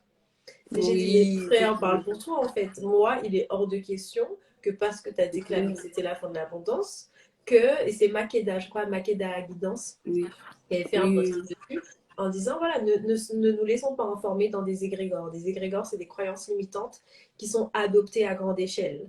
Donc souvent, quand les politiciens vont faire des discours, ils vont déclamer des vérités pour eux, pour que le peuple les accepte et les, que ça les devienne une justifie réalité. aussi, en fait. C'est ça Exactement. aussi le truc. C'est que, comme une croyance, en fait, c'est juste une pensée, juste une phrase. Pour moi, c'est juste une phrase dans un cerveau. Et elle devient vraie par les actions, par le fait que tu la justifies. Donc, Exact. si tu vas dans ce sens de cette croyance, bah, tu vas justifier, en fait, Mhm. ce qu'il a dit. Et- Est-ce que tu as envie de justifier ça? C'est ça la question. Si c'est mhm. une pensée, une croyance que tu as envie de justifier, ok, allons-y. Mais si c'est pas le cas, comme là, j'avoue, moi, quand il a dit ça, je dis, ok, effectivement, parle pour toi, je ne me sens pas concernée. Mais Mhm. quand tu te sens quand tu veux te sentir concerné par des trucs, justement, alors il y a une question, il y a une phrase là tout à l'heure qui vient d'apparaître. C'est un peu vite résumé. Il y a parfois des stratégies d'auto-sabotage qui se mettent en place au niveau de l'inconscient. Let's go. Qu'est-ce que tu en penses? Déjà, stratégie d'auto-sabotage inconscient. Alors, tu me poses la question, Maëva? Oui. Ok, super. Oui, oui, je te pose la question à toi. Ok. Du coup, oui, je suis totalement d'accord. On en a parlé de toute façon. Du côté, voilà, quand j'évoquais le fait que j'avais une croyance internalisée, que je n'étais pas digne Mhm. d'entreprendre et donc, du coup, on procrastine, on s'auto-sabote. Donc ça fait totalement partie des choses qui nous empêchent d'accéder à l'abondance et qui sont d'autant plus difficiles quand en fait, on combat un ennemi invisible. C'est l'ennemi invisible qui nous fout des coups derrière, mais on sait même pas, tu vois. Donc on subit, Mhm. mais ça nous bloque dans la réalité. Mais comme c'est inconscient, comme l'a dit la personne, et ben du coup c'est encore plus difficile. Donc c'est pour ça que je dis, des fois il faut creuser, il faut voir les symptômes et se dire non, il y a plus que ça. C'est pas juste de la flemme, c'est pas juste voilà toutes ces excuses là. Il y a quelque chose de plus profond. Donc comme j'ai dit, il faut aller déterrer ces raisons qui font qu'on se bloque, qu'on stagne, qu'on procrastine et que finalement, c'est pas la vie qui nous bloque, c'est nous-mêmes. Et c'est notre Ouais, perception de la vie qui nous bloque. exactement. Alors, pour pouvoir les trouver, surtout quand elles sont inconscientes, moi, je passe aussi par la programmation. C'est-à-dire, je me parle en fait. Qu'est-ce que la programmation? C'est se parler, se donner entre guillemets un ordre. Tu donnes un ordre à ton cerveau, tu donnes un ordre à ton esprit pour qu'il l'exécute. Parce que la conscience, la chef, la leader de ton être, c'est toi. Mhm. Et du coup, si tu veux que ton cerveau, il déterre la fameuse croyance qui te pose problème, pour moi, il y a un truc simple, tu demandes. Alors, la façon dont ça peut venir, c'est soit avec l'écriture automatique, entre guillemets, c'est tu l'écris, tu poses la question, mais qu'est-ce qui me bloque? Je me donne l'autorisation de me parler, de me dire la vérité. Qu'est-ce qui me bloque? Écrire, peu importe ce qui va sortir, sans jugement. On écrit. Parce que le truc avec les pensées d'auto-sabotage, c'est que avant même de pouvoir se les avouer, on se juge d'en avoir. La clé est déjà d'accepter d'en avoir, d'accepter que tout le monde en a en fait. Hey, tout le monde en a. Tout le monde en a eu, en tout cas, à un moment par rapport à quelque chose de ses pensées limitantes ou bien de sabotage. Et que, ben, ok, c'est ok. C'est ok d'en avoir. Maintenant, pour les trouver vraiment, il faut se donner le droit de les exprimer, de les conscientiser. Et tu peux passer par cette discussion avec toi-même, avec ton cerveau. Ça passe par l'introspection, la méditation. Ça passe par l'écriture. Ça passe par une discussion. Ça passe par une discussion avec une amie, une psychologue, une thérapeute, une coach, où tu vas vraiment dire les choses telles qu'elles sont. Et là, elle va pouvoir te repérer directement, mais ça va plus vite avec un professionnel. Elle va pouvoir te repérer directement. Ça, voilà, c'est ça en fait. Toi, sur le coup, tu vas te dire, moi, je pense ça. Ça peut prendre un temps. Mais généralement, quand un professionnel, une professionnelle nous dit c'est sûrement ça, donc 90% des cas, c'est ça. Après, bien évidemment, il y a le droit à l'erreur. Peut-être que la professionnelle peut se tromper, c'est pas ça. Mais toi, tu es là dans ton corps, tu es là dans ton esprit. Si c'est pas ça, ben continue à chercher. Mais au moins, tu auras peut-être une piste. Et si c'est pas ça, ben tu iras vers le chemin contraire pour te dire ben, non, c'est vraiment pas ça, je vais chercher par là. Tu auras plus de chances de trouver.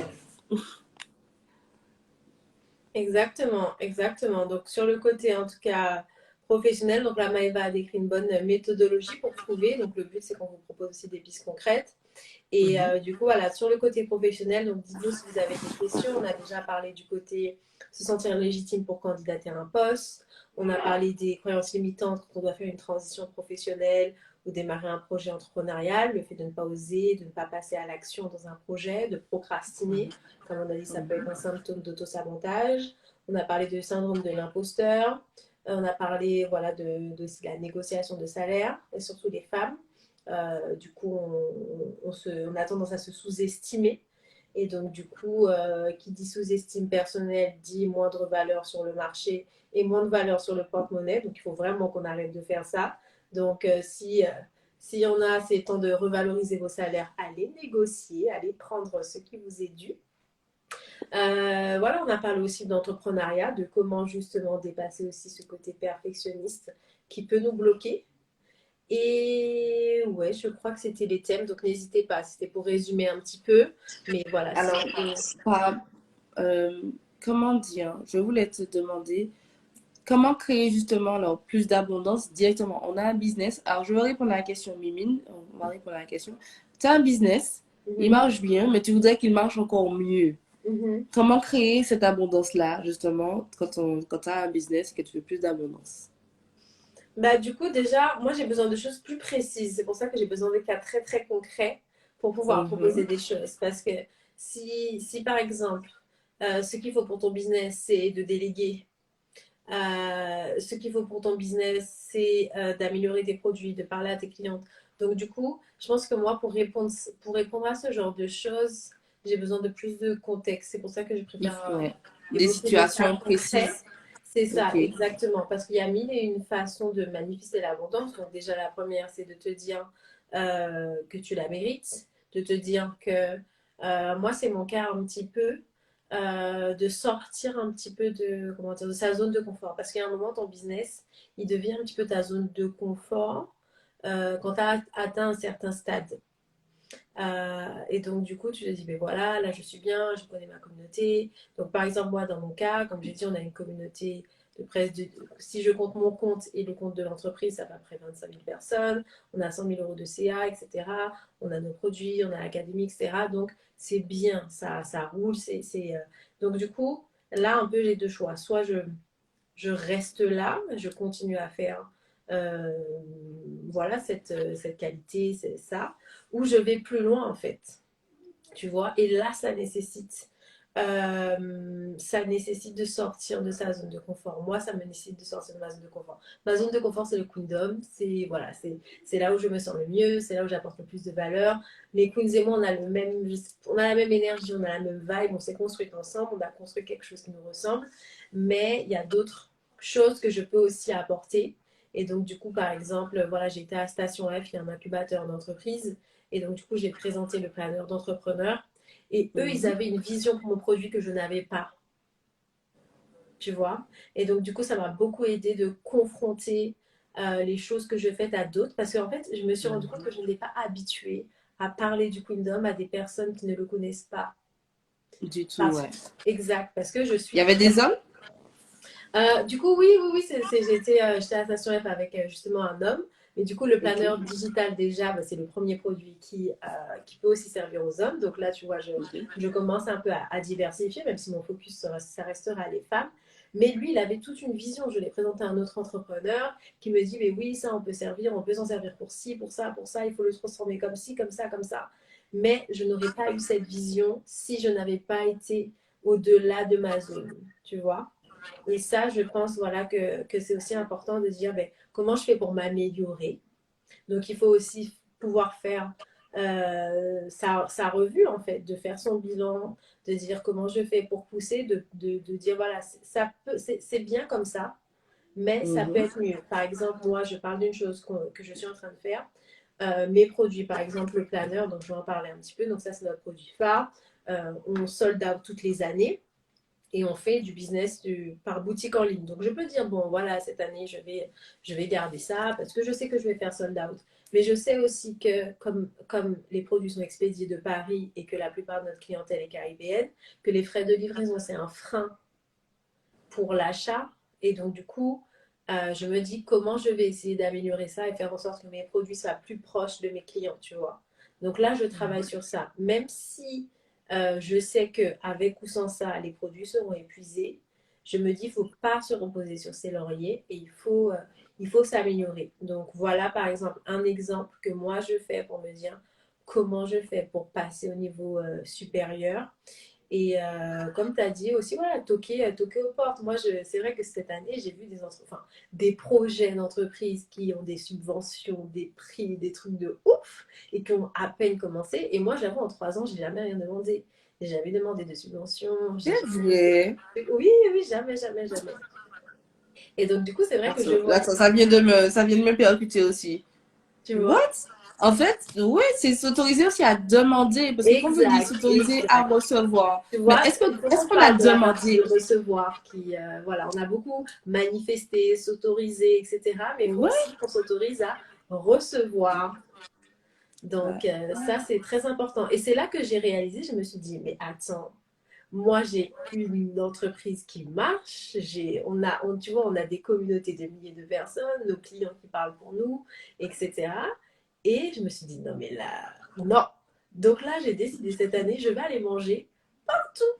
J'ai dit, je vais demander des subventions, des prix, des trucs médiatiques, etc.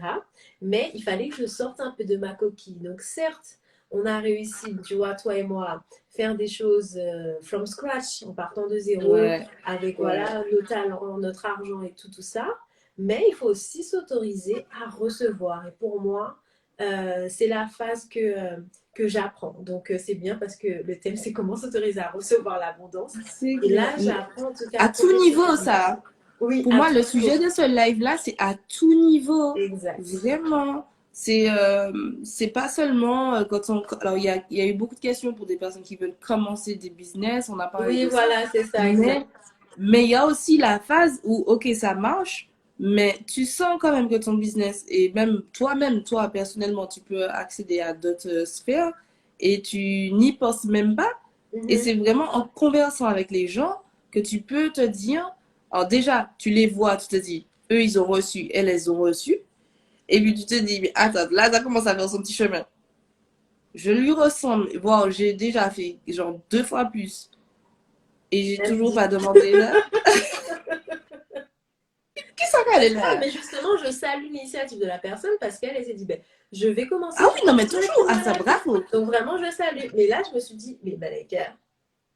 Donc j'ai dit, et toi, des fois, tu galères parce que du coup, tu dois financer ta production toute seule, etc. Donc, autorise-toi à recevoir et expose-toi et aussi challenge-toi. Parce que, en effet, mes queens me donnent des challenges. Et comme on se connaît, je les connais, je sais exactement comment faire des produits, des créations pour elles, parce que justement, on échange et tout. Mais quand tu veux me dire un autre public, ça me décentre de ce que je fais.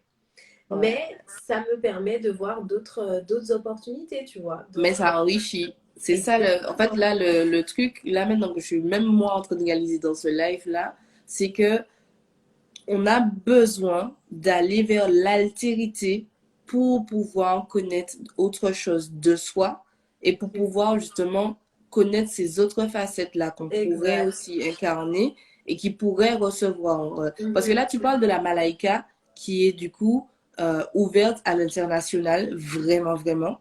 Donc, cette Malaika-là, bien évidemment, que pour toutes les multinationales, ça passe par une recherche de fonds. Donc, tu as commencé à te voir comme une personne qui serait à l'international, qui a besoin de fonds qui sont un peu plus importants, d'investisseurs, d'investisseuses. Donc, qu'est-ce qu'il faut faire pour pouvoir vraiment avoir la vie d'une personne qui, voilà, qui a ça. Exact. Et tu t'es mis directement dans ce personnage-là, entre guillemets. Au début, c'est un personnage. J'appelle ça un personnage. Parce que comme tu n'es pas habitué, tu n'es pas toi-même à 100%, tu es dans un petit personnage de, OK, fake it until you make it. Ouais. Ça va aller. C'est dans l'apprentissage, il faut aussi s'autoriser à apprendre et réapprendre. Donc, c'est ça aussi, tu vois, parce que par exemple, l'entrepreneur m'a dit, et je lui ai dit, mon produit, il est fait pour ma communauté. Parce que lui, il dirigeait un incubateur, etc. Donc, je lui ai dit, voilà, c'est pas pitch deck, levée de fonds, etc. Genre, j'ai pas mis ça dans mon planner. Hein. Moi, c'est plutôt, voilà, définis ta cible, ton chiffre d'affaires, etc. Suis tes chiffres et tout. Mais il m'a dit, ok, ben, je vais t'inviter avec d'autres entrepreneurs, tu vas nous présenter ton produit et puis on va te faire nos retours d'expérience et qu'est-ce qu'on peut améliorer, tu vois. Et donc, du coup, tu vois, là, il me challenge, etc. Mais comme on dit, il faut s'autoriser justement à se confronter à l'altérité pour voir autre chose, quoi. Donc voilà un petit peu l'expérience. Pour moi aussi, là, dans tout ça, c'est la vulnérabilité. C'est vrai. C'est-à-dire que il y a une phase avant d'arriver. On dit souvent comment dire, la réussite après le chaos. Mais en fait, je dirais pas, on n'est pas obligé d'aller vers ce mot qui est très fort, mais je dirais la vulnérabilité. C'est-à-dire que pour pouvoir recevoir, faut demander. Et dans certaines, je pense dans notre communauté particulièrement, moi je le vois avec ma famille, demander et du coup être dans cette position de cette personne qui a besoin, donc qui est entre guillemets pour eux, dans cette mentalité, qui est plus faible. Attention, vraiment, je mets énormément de guillemets parce que je ne le pense pas du tout. Pour demander, il faut beaucoup de force et beaucoup de conscience de soi. Et quand tu es dans ce truc, dans cette mentalité de quand je demande, je suis faible, je suis fragile, faut que je sache faire mes affaires toute seule, faut que je sache tout faire tout seul. Et ben, en fait, tu peux pas t'autoriser cette abondance d'aide. Exact. Puisque tu te vois, si tu vois l'aide comme pour les gens qui sont faibles, tu vas pas demander à ce qu'on t'aide. Mais je rappelle que les multinationales grandissent parce qu'elles font des recherches de fonds. Et donc, c'est des gens qui vont demander à d'autres personnes de l'argent. Genre qui expliquent bien évidemment le projet. Le projet, il a une valeur qui va apporter de la valeur à la personne qui va investir. Mais concrètement, on est toujours dans le même bail de est-ce que tu peux me donner 400 000 euros, s'il te plaît. Non, c'est ça. Et par exemple, des entrepreneurs, ouais, c'est les startups en fait. Les startups tech sont toujours dans la recherche de fonds, etc. Et Kelly Massol, qui est la PDG de Secret de Loli, elle a fait ses levées de fonds au bout de 12 ans. Et elle disait, mais en fait, il y a des startups, voilà, ils sortent d'école de commerce et puis ils lèvent tout de suite 1 million, en fait. Et on dit pas qu'ils sont des assistés. Voilà. On dit pas qu'ils sont des assistés, etc. Mais voilà, c'est dans leur logique. Il faut mais qu'on. Mais j'ai hâte qu'on aborde aussi le côté s'autoriser à recevoir au niveau personnel et relationnel.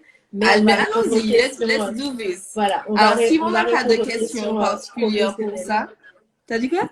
J'ai dit oui, j'ai hâte qu'on passe parce que la question sur s'autoriser à recevoir, ça fait beaucoup penser évidemment à des choses au niveau personnel, etc., relationnel. Mais répondre aux questions qu'on a encore sur le côté professionnel. Et puis ensuite, on pourra. Alors, attends. Je remonte. Je l'avais vu cette question. Alors, c'était Mimine, je crois. Mimine. Comment déprogrammer quand on a trouvé la raison du blocage? Ah oui, tu voulais répondre à celle-ci. Pas de souci. Ah non, pas. En fait, c'est déjà, elle a reposé ou une autre personne. Comment déprogrammer quand on a trouvé la raison du blocage, mais que ça ne change pas grand-chose. C'est-à-dire, tu sais, c'est quand la partie, moi je pense que c'est quand la partie consciente de ton être, c'est oui, voilà, il faudrait que je fasse ça, mais tu n'arrives toujours pas. Tu sens qu'il y a un blocage. Moi, comment je fonctionne dans ce cas-là? Vraiment, je retourne au corps, c'est-à-dire que c'est mon système nerveux qui n'est pas du tout prêt. Il n'est pas prêt. Donc, moi, j'utilise beaucoup le tapping. Donc, c'est conscientiser et accepter, tu vois, sa vulnérabilité en tapant sur certaines zones qui sont importantes. Là, ici, on a acupression. Là. Ok. Et je me parle, en fait. Je me dis, même si je suis très angoissée, je m'aime et je m'accepte. Même si je suis très angoissée, je m'aime et je m'accepte, etc. Des phrases de ce type-là. Et en fait, ça me calme. Donc, une fois que je suis calme, comme ça, mais en même temps consciente à la fois de ma problématique et à la fois de ce que je veux, j'arrive plus à cheminer vers ce que je veux en étant un peu plus rassurée dans mon corps. Je sais pas si toi, tu as des techniques pour justement te calmer. Moi, ouais, des techniques. Non, mais après, bon, t'es scorpion, t'es tout le temps calme. Non, du coup, sur la question, en effet, c'est intéressant parce que des fois, en effet, tu vois la cause et tu te dis, mais t'arrives pas. Et bon, moi, je suis plutôt dans le côté, je fais beaucoup de rituels, des choses comme ça et tout. Oui, spiritualité aussi. Voilà, spiritualité aussi. Donc, mais des fois, tu vois que ça marche pas. Donc, des fois, c'est comme ça, et ça part pas comme par magie. Donc, c'est vrai aussi qu'il faut se dire ça, que oui, il y a eu la prise de conscience, mais entre la prise de conscience et le changement, il peut y avoir du temps. Donc, ça aussi, il faut l'admettre. Du coup, c'est pas parce que tu as compris que boum, ça va se libérer. Des fois, c'est comme ça, genre, waouh, j'ai compris, et tu passes à autre chose. Et des fois, tu dis, ok, ouais, c'est ça. Et après, tu vois, et tu sens que ça t'influence tout le temps. Donc, en fait, il faut aussi comprendre que si par exemple, tu as eu un truc qui était un blocage durant l'enfance, qu'aujourd'hui tu as 35 ans, et ça s'est passé à 10 ans, pendant 25 ans, tu as répété la même chose à ton cerveau. Et donc, du temps pour qu'il puisse passer à autre chose. Exactement. Donc ça, c'est aussi important de dire, il faut aussi l'effort en fait. L'effort que tu fais, par exemple, tu contredis la voix limitante. Tu vois, on dira, je suis nulle. Et en fait, il faut aussi tu vois, comme on a dit, remaîtriser le dialogue qu'on a dans sa tête et se dire non, je ne suis pas nulle, je peux le faire. Il faut répéter. C'est la répétition qu'on apprend. Donc ça, je pense que c'est important. Et de se dire comment je fais pour me prouver dans la fin de ma méthode. Il y a toujours le côté comment je fais pour me prouver que je ne suis plus victime de cette croyance-là. Absolument. Et c'est par les actions aussi que tu te dis, voilà, par exemple, voilà, je suis nulle en maths, je suis nulle à ça, etc., tout ça, je ne peux pas réussir. Et bien, tu vas oser, par exemple, lancer un petit truc sur ton projet et tu vas te mettre en mouvement. Et comme ça, dans le concret, excusez-moi, il y a quelqu'un qui veut de l'attention, hop, dans le concret, tu vas pouvoir déraciner cette croyance. Et chaque jour aussi, effectivement, comme je disais, nos actions vont justifier ou injustifier une croyance. Mais pour une nouvelle croyance, il va falloir quand même effectivement te prouver avec des actes que voilà, c'est bon, je suis en train de passer à autre chose. Se donner le temps aussi de passer à autre chose, de faire autrement, de penser autrement, d'être quelqu'un différent. Mais ça marche beaucoup plus vite quand tu te définis ton identité avec la qualité que tu veux. Par exemple, imaginons, je suis justement, je suis pas bonne en discours. Non, je sais parler, je suis une personne qui sait parler. Et si tu veux cheminer vers cette identité-là, va falloir que tu prennes le temps de l'écrire, de la visualiser, de te visualiser en étant cette personne qui sait parler en public. Et au fur et à mesure, bien évidemment, avec plusieurs techniques, spiritualité, EFT, tout ce que tu veux, parce qu'on n'a pas dit que c'était exclusif hein, d'avoir une façon de faire. Si tu sens que tu as besoin de 3000 façons, 3000 angles pour pouvoir soit déraciner, soit pour pouvoir programmer autre chose, pourquoi faudrait se limiter justement là? Non, tu as besoin d'arriver à ton but. Tu sais que tu as plusieurs solutions pour arriver à ce but-là. Il n'y a aucun problème d'en avoir plusieurs. Après, le but n'est pas de travailler sur soi à vitam aeternam. Le but est d'arriver justement à là où tu veux être. Je suis capable de parler en public. Le but est de t'inscrire à brainstorming, ou bien qu'est-ce que tu as fait avec une présentation, et te challenger. Voilà, je suis quelqu'un qui sait parler en public, donc je suis capable de m'inscrire pour ce genre d'événement et de parler en public.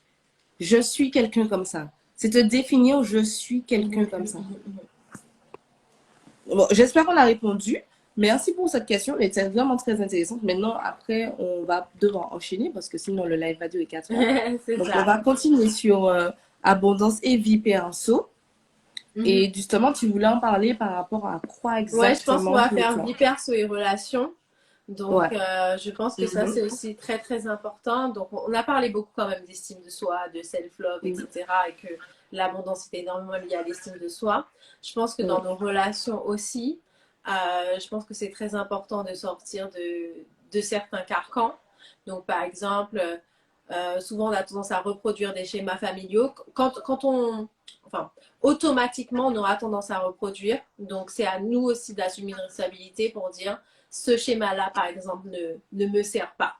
Je pense qu'on peut aussi parler, tu as parlé au fait du côté de, comment dire, de tout faire soi-même, de se sentir toujours capable, de ne pas se montrer en position de faiblesse. Ça me fait évidemment penser à l'archétype de la femme potomitan aux Antilles, qui du coup assume beaucoup de fardeaux, mais qui ne s'autorise pas à recevoir, qui ne s'autorise pas aussi, tu vois, qui est limitée finalement parce que du coup, elle doit assumer ce rôle-là et elle ne peut pas aller dans d'autres espaces, aller dans la vulnérabilité, aller dans la féminité, comment dire, apaisée, on va dire, puisqu'il y a une grande partie masculine dans la femme potomitan qui est femme et homme.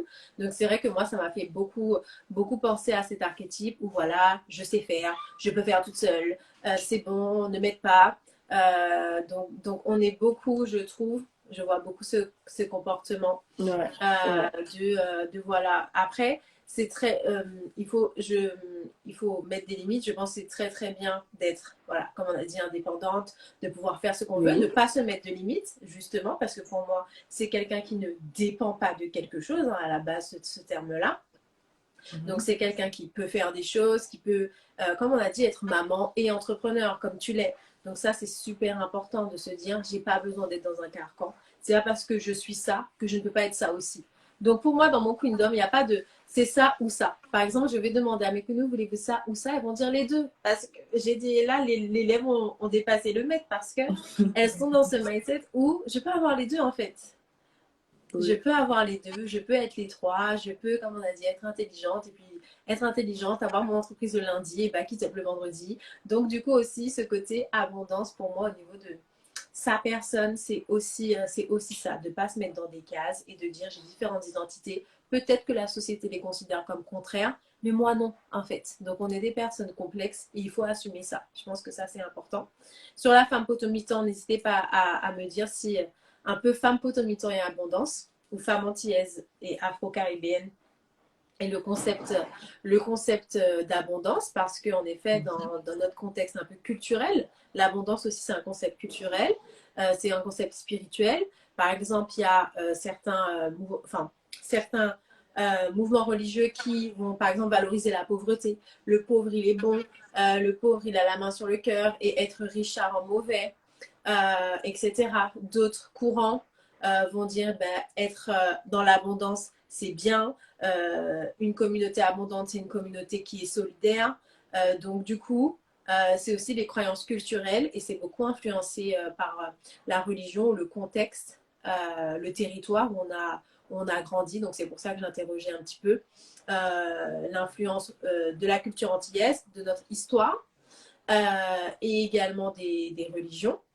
Donc, du coup, par exemple, la chrétienté qui est le catholicisme, qui vont plutôt, pour moi, orienter vers des discours où, voilà, l'abondance sera pas forcément, en tout cas, moi, de ce que j'ai vu, voilà, le côté être riche, etc., ce sera pas forcément bien vu. Dans moi, ma spiritualité, donc, on a des orishas qui sont des représentants divins, des énergies divines.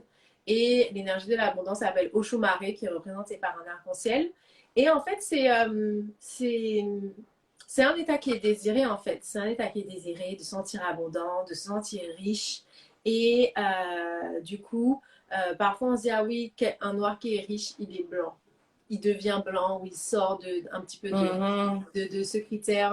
Voilà, il est ou alors quelqu'un qui va parler bien, ah mais tu parles comme un blanc, etc. Donc il faut qu'on sorte aussi de ces critères-là qui ne nous autorisent pas à être illimités. Donc ça, je pense aussi que c'est très très important. On n'a pas à se cantonner à la pauvreté, à la médiocrité, etc. C'est pas ça. Il faut aussi qu'on sorte de ces carcans-là pour se dire non, être antillais, c'est pas ça, c'est pas juste le hibou comme ça, c'est pas juste être lent, etc. Donc il faut qu'on sorte aussi au niveau de nos clichés parce qu'on se met dans des contextes de rareté. Hibou comme ça, c'est du contexte de rareté. C'est vraiment, si on devait dire un peu le côté rareté dans notre contexte antillais, ce serait ça. Ben, c'est bon comme ça, c'est bon, il n'y a plus rien à faire d'autre. Donc ça, je pense que c'est important. Et il y avait une citation de Pierre Aliquer qui disait les Martiniquais doivent viser l'excellence dans tout ce qu'ils entreprennent. Donc ça, on en est vraiment capable. Donc je pense aussi que dans nos cultures, on doit vraiment se dire, en fait, oui, on est capable de tout, de se réapproprier aussi notre histoire parce qu'on voit à quel point nous sommes abondants par essence, que la civilisation nous doit beaucoup. Et quand, du coup, tu as été éduqué en te disant, mon peuple est inférieur, mes ancêtres étaient esclaves d'autres personnes, soumis, etc. Et en plus que tu as du trauma internalisé qui se passe évidemment de génération en génération, plus des inégalités, enfin bref, un gros cocktail qui fait que historiquement nous sommes défavorisés par rapport à l'abondance et c'est pour ça qu'on doit se réapproprier ce concept. Je peux faire ça. Moi, ça fait, tu vois, le côté je sais le faire, je peux le faire, le côté on est capable. Voilà, il y a aussi des croyances où oui, les Antillais ne sont pas solidaires. Moi, quand je suis arrivée en Martinique, c'était la meilleure année parce que j'attendais rien. J'attendais pas de revenir en Messie, etc. Tout ça. Mais l'énergie que j'ai reçue au niveau amical, au niveau culturel, au niveau professionnel, c'était incroyable. Donc, du coup, c'est pour ça aussi qu'il faut sortir de ça. Moi, j'ai vu le potentiel illimité de notre peuple, de notre économie quand je suis venue là. Et toutes ces croyances de oui, voilà, la jalousie, de je sais pas quoi, ne montre pas ta voiture. Parce que, et moi, je connais pas parce que j'ai pas grandi aux Antilles. Donc, je connaissais pas ce genre de trucs où il faut pas avoir une voiture trop belle parce qu'ensuite les gens vont pas aller sur toi et tout. Alors, moi, je m'en fous parce que c'est pas mes trucs. Mais du coup, ne nous cantonnons pas à ce genre de choses. Moi, j'ai souffert en public. Je vais briller en public. Donc, Je suis donc d'accord avec voilà. toi. Tout ce que tu as dit, je suis d'accord avec toi. Surtout dans la vision que l'on a, nous, de qu'est-ce qu'une noire, qu'est-ce qu'une femme. Euh, Il y a plein, et ça c'est important pour soi, chacune et chacun d'entre nous. j'aurais conseillé d'écrire sur une feuille femme. À quoi ça me renvoie, une femme? C'est quoi une femme? Et de laisser les choses sortir. Vraiment pour en prendre conscience. Déjà, sans jugement, voilà. Une femme, c'est ça. Une femme, ça doit faire ça. Une femme, ça doit pas faire ça. Une femme, ça a tel truc, ça a tel truc.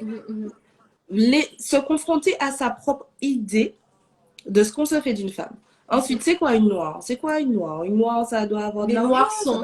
Tu vois, comme tu sais, quand tu vas sur moteur de recherche Google et tu tapes les noirs sont, qu'est-ce que tu mets à la fin de la phrase? Ouais, qu'est-ce que tu aurais mis en dessous, toi? Les noirs sont. Parce que ça m'a aussi, moi, j'ai écouté un podcast pas mal sur justement ça, le fait de se sentir noir quand on réussit et en fait d'avoir le regard des autres, parfois de soit son entourage proche ou pas.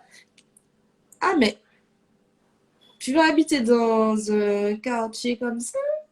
Ah, parce que ça fait très blanc quand même. Hein. Ah, ben, écoute, c'est ta conception de ce quartier-là. Ma conception de ce quartier-là, c'est que c'est propre, ça a l'air sécurisé, c'est beau. Comment mon palidois, mon palidois, ah, ben, qui belle, qui sécurisé, qui machin, pushy. Après, bien évidemment, ça dépend de qui tu vas avoir comme voisin. Il faut dire les choses aussi comme elles sont. Mais dans le fond, en fait, bah, c'était pour tout le monde la résidence. Exactement. C'était pour tout le monde. Qu'est-ce qui, dans ta tête, trouve ça incohérent que je vive dans une belle résidence sécurisée, super cool? Est-ce que c'est pas fait pour nous? Et de vraiment se confronter à ça, parce que je pense que le plus dur est d'arriver à admettre qu'on a ses propres croyances-là. Bien sûr. Sur soi, sur les autres noirs, sur les autres femmes. Est-ce que, ah bon, t'es une femme sérieuse et tu quittes le vendredi, t'es en soirée tous les vendredis et tu as une entreprise?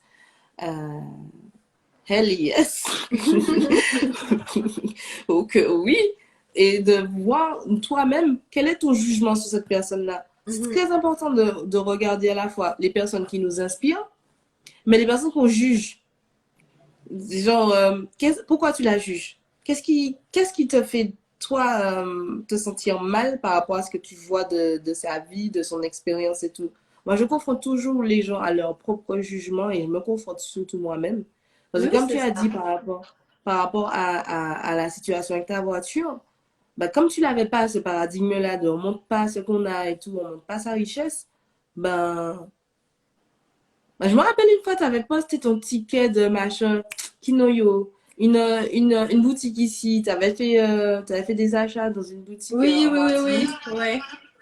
Et du coup, moi, personnellement, j'étais choquée. J'étais là, oh, ah bon, on peut faire ça? Et je me suis dit, je me suis beaucoup interrogée. Pourquoi je considérais pourquoi ça me dérangeait déjà? Pourquoi, qu'est-ce qui ressortait de tout ça? Et c'est ma propre peur, en fait. J'étais là, mais j'aurais trop peur de faire ça parce que là, tu vois.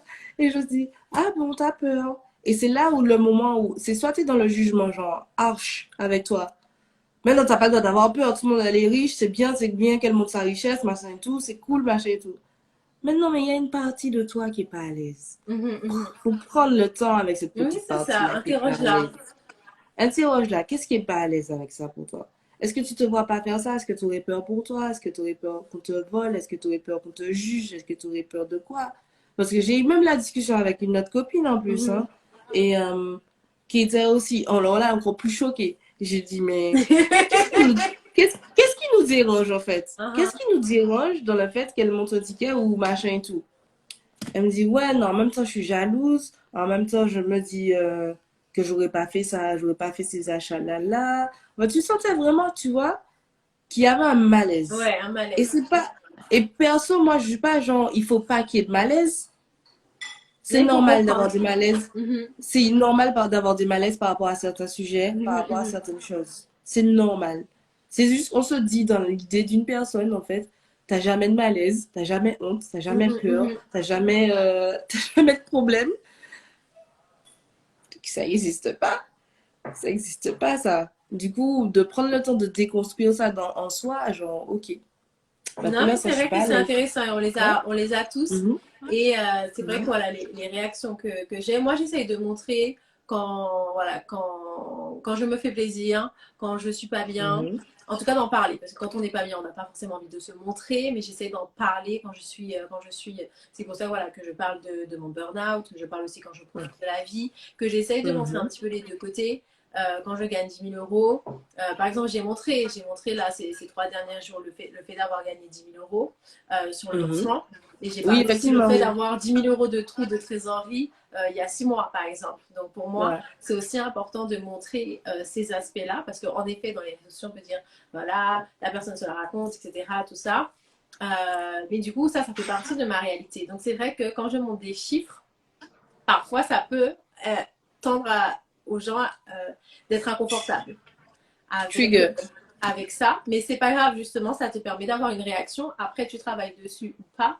Mais je pense que c'est Exactement. important et je pense que aussi les femmes noires méritent de générer de l'argent. Les femmes noires méritent d'avoir des business qui impactent des milliers de personnes. Et c'est inconfortable parce que c'est pas encore notre réalité. Et justement, dans un concept de rareté par rapport à ça. Mais je veux vraiment qu'en tant aussi que femme caribéenne, on puisse se dire, mais voilà, j'ai un business qui génère des millions d'euros. Et si j'en ai un, toi aussi tu peux le faire. C'est ça aussi pour moi le mindset d'abondance et on va en parler Ouais. par rapport aux relations aux autres. C'est en mode, Exactement. Manzelle a ça, ah, Manzelle a ça, etc. Non, non, non. Mais si je l'ai, toi aussi, tu peux l'avoir. Quand tu es dans un mindset d'abondance, tu n'es pas dans elle a ça, donc moi, je ne peux pas Moi, l'avoir. je peux pas. Exactement. Non, mais tu peux en parler dès Tu maintenant vois. parce qu'il est midi, ma douce, pour moi. Exactement, Donc, exactement. Tu vois, en je nous, en pense nous, que en sur nous, le côté, l'abondance et les relations, ouais, qu'est-ce que c'est tu ça. voudrais Donc, dire le par rapport côté, à ça? voilà, déjà comparaison. Donc, de dire, Mhm. voilà, elle a ça, oh, mais voilà, je sais pas, elle est déjà mariée La avec un comparaison, enfant. ouais. Ça, Et moi, je c'est. ne suis pas encore là. Que ce soit toi-même qui fasses la comparaison ou tes proches aussi. Il y a beaucoup de ça, par exemple. Tu vois, même ma mère, elle m'a dit, ah oui, ta cousine a acheté un appartement, et puis toi, et tout. Et du coup, oui, c'est Mhm. vrai de dire, ben voilà, en tout cas, c'est pas mon cheminement. Donc, c'est vrai que des fois, tu reçois ça, ça peut être un peu désagréable. Mais du coup, tu dis, ok, mais chacun son cheminement en fait. Donc, il ne faut pas se dire que déjà c'est une course. Ta course, elle est contre juste toi-même en fait, ton potentiel à toi. Mais pas contre les autres. Donc, ça aussi, je pense que c'est important. Et de se dire, si elle a ça, c'est que moi aussi. C'est pour ça que je pense que nous, on est dans ces côtés accompagnatrices en disant, si je suis épanouie, si je suis en phase avec mon corps, c'est que je peux t'accompagner aussi à le faire. C'est que toi, tu es capable de le faire, tu vois. Donc c'est pour ça aussi qu'on est dans ça. Donc le côté comparaison, ça je pense que c'est très important. Le côté aussi, tu parlais de vulnérabilité, donc on a un petit peu parlé. Mais en Mhm. effet, en tant que femme voilà, caribéenne, on ne s'autorise pas forcément, en tout cas culturellement, c'est pas automatique d'être vulnérable parce qu'on est d'abord conçu pour être forte, programmée pour être forte. Et donc du coup, on est tout le temps automatiquement dans ce paradigme-là, et c'est très important d'admettre sa vulnérabilité et de laisser la place pour quelqu'un d'autre, parce que si on assume le rôle de la femme et l'homme n'a pas sa place, et bref, ça c'est un des sujets que je développe. Et je pense voilà, aussi qu'on mérite ce bonheur-là, en fait, ce bonheur de couple, même si on ne l'a pas vu comme exemple, parce que beaucoup de familles antillaises sont monoparentales. Donc, je pense que ça aussi, c'est très important. Et aussi, quand on est habitué à des relations toxiques, les relations saines nous paraissent ennuyeuses. Donc, du coup, quand on est habitué à ce contexte de rareté-là, ce contexte toxique devient notre norme. Et donc, du coup, on ne sait pas forcément voir qu'il y a du bon dans une relation saine, dans une relation où il n'y a pas, où c'est pas une télénovela perpétuelle, etc. Et je pense aussi qu'on doit se dire, voilà, je mérite aussi d'être heureuse en amour, je mérite de donner et de recevoir. Donc ça va aussi dans les deux sens parce que parfois on a des relations déséquilibrées et on est habitué. Certaines personnes aiment donner et ça c'est top. Mais parfois, voilà, ça peut se retourner contre elle parce que la personne prend sans redonner un retour, donc on se retrouve vidé, comme on en avait Mhm. parlé. Donc je pense que ça, c'est super important de voilà, s'autoriser à recevoir, à être vulnérable, à avoir des relations équilibrées et de s'épanouir voilà, dans différents aspects de sa vie, que ce soit sa vie familiale, sa vie professionnelle, et qu'on n'a pas à sacrifier. Moi, j'aime pas cette notion de sacrifice. On doit faire des compromis, certes, comme tout le monde, surtout quand on est dans une relation entre deux êtres humains. Mais je veux pas ce côté, pour être heureuse en famille, je dois sacrifier ma vie professionnelle. Je dois équilibrer, je dois voir, voilà, comment un peu synchroniser ces deux choses-là. Mais voilà, ce côté, se sacrifier en tant que femme, moi, ça résonne plus du tout. Pas du tout en moi. Et je veux vraiment qu'on puisse te dire qu'on mérite tout et qu'on est capable de faire tout ça fonctionner. Les hommes le font bien, alors pourquoi pas nous? Absolument. Mais c'est vrai que, ben, merci pour ce que tu as dit. Tout résonne parfaitement aussi pour moi par rapport à la vulnérabilité, donner, recevoir. C'est retrouver aussi son sens de soi dans la relation. C'est ça. Qui je suis dans ma relation, qu'est-ce que je peux donner, qu'est-ce que j'ai envie de recevoir. Et conscientiser, si on doit parler d'abondance aussi, parfois on ne conscientise pas tout ce que les autres font pour nous. Peu importe dans la relation, la familiale ou quoi. Des fois, effectivement, il y a une phrase qui a dit à ce stade, je mérite juste de recevoir, je suis vidée. Ok. En fait, oui et non. Déjà, il faut savoir comment tu t'es vidé, c'est quoi vider de temps, d'énergie, d'attention, c'était dans quel langage d'amour. Et aussi, est-ce que tu as reçu mais dans un langage d'amour différent? Et prendre conscience de ce que tu as reçu vraiment pour l'apprécier. À quel moment on peut aussi prendre le temps d'apprécier ce qu'on reçoit sans le juger? Moi, je sais que j'ai eu tendance à faire ça parce que je n'arrivais pas à bien différencier les langages d'amour. Et je me disais, je reçois pas, je reçois pas, je reçois pas. Mais attention, tu reçois pas quoi? Comment? Peut-être que tu reçois beaucoup d'un autre côté, mais tu ne veux pas l'admettre ou tu ne veux pas le regarder. Et ça, c'est important aussi pour moi. Je ne sais pas si ça résonne avec toi. Non, franchement, c'est... oui, comme elle disait la Queen, je peux comprendre quand tu te sens vidée parce que beaucoup de personnes, beaucoup de mes coachés viennent parce qu'elles se sentent justement vidées et qu'elles ont besoin que quelqu'un soit aussi concentré pour donner, tu vois. Et donc, du coup, je pense que ça, c'est intéressant. En disant, je suis vidée. Là, j'ai besoin de me recharger, d'être accompagnée dans cette recharge. Donc ça, je peux comprendre ça. Mais en disant, en fait, comme on a dit, de comprendre, comme tu l'as dit, pourquoi. En fait, pourquoi on s'est mis dans des relations. Voilà, on s'est mis dans des relations où c'était one-sided, donc à un sens, je donne, mais je ne reçois pas, ou ce que je reçois ne me permet pas de me développer. Et de dire, voilà, est-ce que ça fait partie de peut-être une croyance en me disant, bah, tiens, comme on a parlé, voilà, du côté relation toxique, le côté excitant, le côté saver, parce qu'on a beaucoup aussi ce côté, voilà, je vais le changer, je vais le sauver, Il y a ça aussi. Je vais le protéger, etc. Il faut qu'on arrête avec ça. La personne a déjà une maman, il n'y a pas besoin de deux. Et il y a des assistantes sociales, des psychologues pour faire tout ça. Donc voilà, ça c'est important. Moi, je suis payée pour accompagner les personnes si je ne fais pas de bénévolat. Donc n'en faites pas non plus. Mais je pense que ça, c'est important.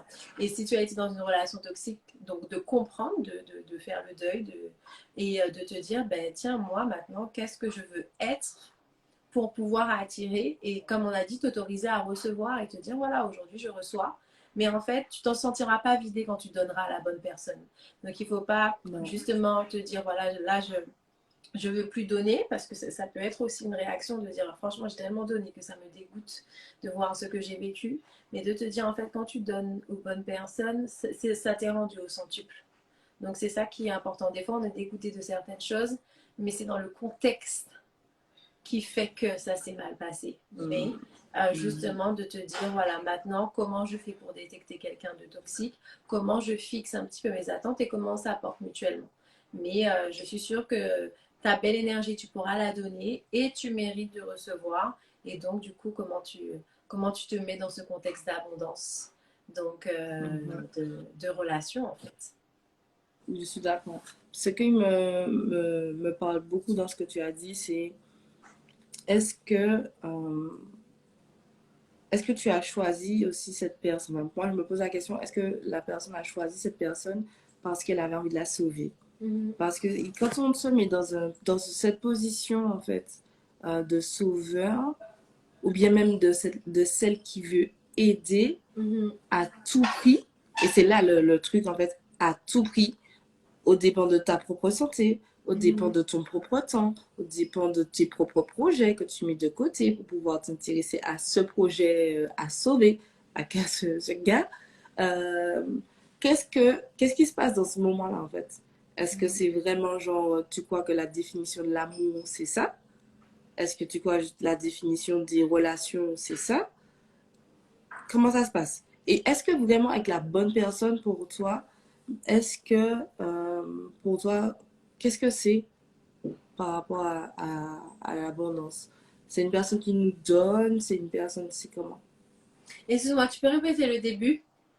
Qu'est-ce que c'est une personne qui est la bonne personne à qui on peut donner? À qui on peut donner? Bah, c'est une personne, je pense, alignée tout simplement. C'est-à-dire que déjà, toi, savoir, pour moi, c'est une affaire de compatibilité. Il n'y a pas de bonne ou de Mhm. mauvaise personne. Il y a plus. Bon, bon si, bon, il y a des personnes, elles sont mauvaises, mais je Mhm. pense que c'est une affaire de compatibilité. Mhm. Et donc, du coup, de savoir, toi, qui tu es. Parce que on aime faire nos listes de critères. Oui, je veux que mon gars, il est ça, ça, ça. Mais toi, tu Mhm. apportes quoi? Toi, tu es quoi? Donc, Mhm. du coup, ça, je pense que c'est important de dire, voilà, moi, je suis une personne comme ça. Et je pense que, voilà, ce que j'apporte aussi, bon, peut-être que j'ai un discours qui est très transactionnel, mais je pense que c'est important de... Moi, j'analyse mes relations comme ça. Je fais rien qui est inutile, mais c'est-à-dire que quand je dis j'analyse, ça veut dire j'ai envie que cette personne, on ait la même conception du bonheur, qu'on puisse apporter du bonheur, etc., etc. Mais je me dis, moi, je sais que j'apporte ça. Je sais que ça, je ne fais pas. Donc, si la personne, son bonheur, ça passe par ça, c'est pas quelque chose que je peux lui donner. Et c'est pas que je suis mauvaise ou Mhm. que lui, il est bon, c'est qu'on est incompatible sur ça. Et donc, du coup, je pense que ça, c'est super important de se dire, ça, c'est un peu ma zone. Et je sais que pour être heureuse, j'ai besoin, comme tu as dit, qu'on m'apporte ce langage d'amour, qu'on m'apporte ça, etc. Quels sont mes besoins. Et comme ça, tu trouves une personne alignée, en fait. Donc ça, je pense que c'est important de ne pas ignorer les red flags. Donc ça, voilà, je pense que c'est essentiel. Donc pour pas s'entêter, parce qu'aussi, quand on a commencé une relation, qu'on s'est entêté un petit peu, on veut creuser. On s'est dit, j'ai pas fait ça pour rien. Donc je vais creuser, creuser, creuser, mais finalement on s'enterre. Donc ça, je pense que c'est important, et je pense que plus on a de l'expérience, de l'âge, et plus on arrive à se dire, ben tiens, je suis comme ça, je suis pas comme ça, et j'ai besoin d'une personne qui m'apporte ça ou avec qui on peut construire cette chose-là à deux. Par exemple, moi, je considère que ce que j'ai à donner, ce que j'apporte, et on va dire ma valeur, c'est mon côté très spirituel, mon côté intelligent. Je sais que mon mari, quand il aura un problème, il va dire, OK, let me talk to my wife. Parce que je vais trouver une solution. Donc ça, c'est très important. J'aime les hommes qui sont entrepreneurs comme moi parce que j'aime construire des projets. J'ai besoin de ça. J'ai besoin aussi d'un homme visionnaire et qui est puissant. Parce que ça, c'est important pour moi. Alors quelqu'un va dire, non, moi je veux un homme gentil, etc. Et c'est top. Genre, toi, tu veux un homme gentil, donc justement, cherche quelqu'un qui a développé cette capacité de gentillesse. Moi, j'ai besoin d'un homme qui me sécurise, avec qui je peux. J'ai besoin de quelqu'un qui m'impressionne. C'est très très rare qu'un homme m'impressionne et me sécurise. Donc, je sais que pour être dans mon énergie féminine et pour donner, j'ai besoin de ça. Tu vois? Donc, du coup, il faut aussi se connaître parce que des fois, on a des exigences, mais on se connaît même pas nous-mêmes pour savoir ce qui nous rend heureuse. Et ensuite, on va dire à la personne, ouais, mais tu fais pas ci, tu fais pas ça. Mais est-ce que toi, tu sais qu'est-ce que tu as besoin? Voilà ce que j'ai à dire. Merci beaucoup, madame. Merci pour tout. Alors, on va récupérer juste les questions que vous voulez nous poser parce qu'on va Yes, terminer. Je ne sais pas termine si tu es avec d'accord. un. Merci en tout cas. Alors, s'il y a eu des questions qu'on n'a pas vues, vous pouvez les réécrire parce que là, je vous avoue que remonter tout le fil là. C'est ça. Ça, oui. Mais surtout, j'avais dit de mettre dans la boîte à questions. Il y a une boîte à questions dans les lives. Il y a un petit point d'interrogation avec dans Ouais. une bulle. C'est très Yes. pratique. Mais là, c'est bon. Vous Du pouvez le coup, mettre dans les commentaires. On va lire les derniers. voilà. En tout cas, merci à toi. Merci Merci, ma beaucoup. chérie. C'est très C'était important. génial. Alors, je voulais faire aussi une méditation pour vous, mais là, I am KO. J'ai beaucoup de l'envie. Ça fait vraiment plaisir de pouvoir échanger avec toi parce que je sais que tu es très généreux sur tous les conseils, sur toute ton expérience que tu nous... Et n'apparaît pas la boîte? Ah bon? Ah ouais, moi je Ah la non, vois, non. c'est marqué ajouter un commentaire et à côté, il y a une petite boîte avec une bulle. Mais sinon, mets ta question. Ah bah pas de question, Émine, c'est bien. D'accord. Ben, merci à toi, Mimine, d'avoir participé beaucoup enfin, au live. Et merci à toutes les autres personnes qui ont posé des questions ou nous ont encouragés. Ça fait vraiment plaisir. N'hésitez pas, si vous voulez qu'on vous parle un peu plus de nos projets et même à fouiller nos sites internet. On a des sites internet très complets qui proposent justement les accompagnements, les prestations que l'on a. Et ben, franchement, encore une fois, merci. Parce Merci. on a couvert tout, je pense, tout, et plus encore, je pense encore, et plus encore. Donc, je te souhaite une belle soirée. Merci, Une ma belle chérie. soirée. Et puis, ben, on échange encore avec grand plaisir une prochaine fois. Bisous. Bisous. Au Bisous tout le revoir. monde. Merci à tous. Belle Bye soirée. bye. Ciao.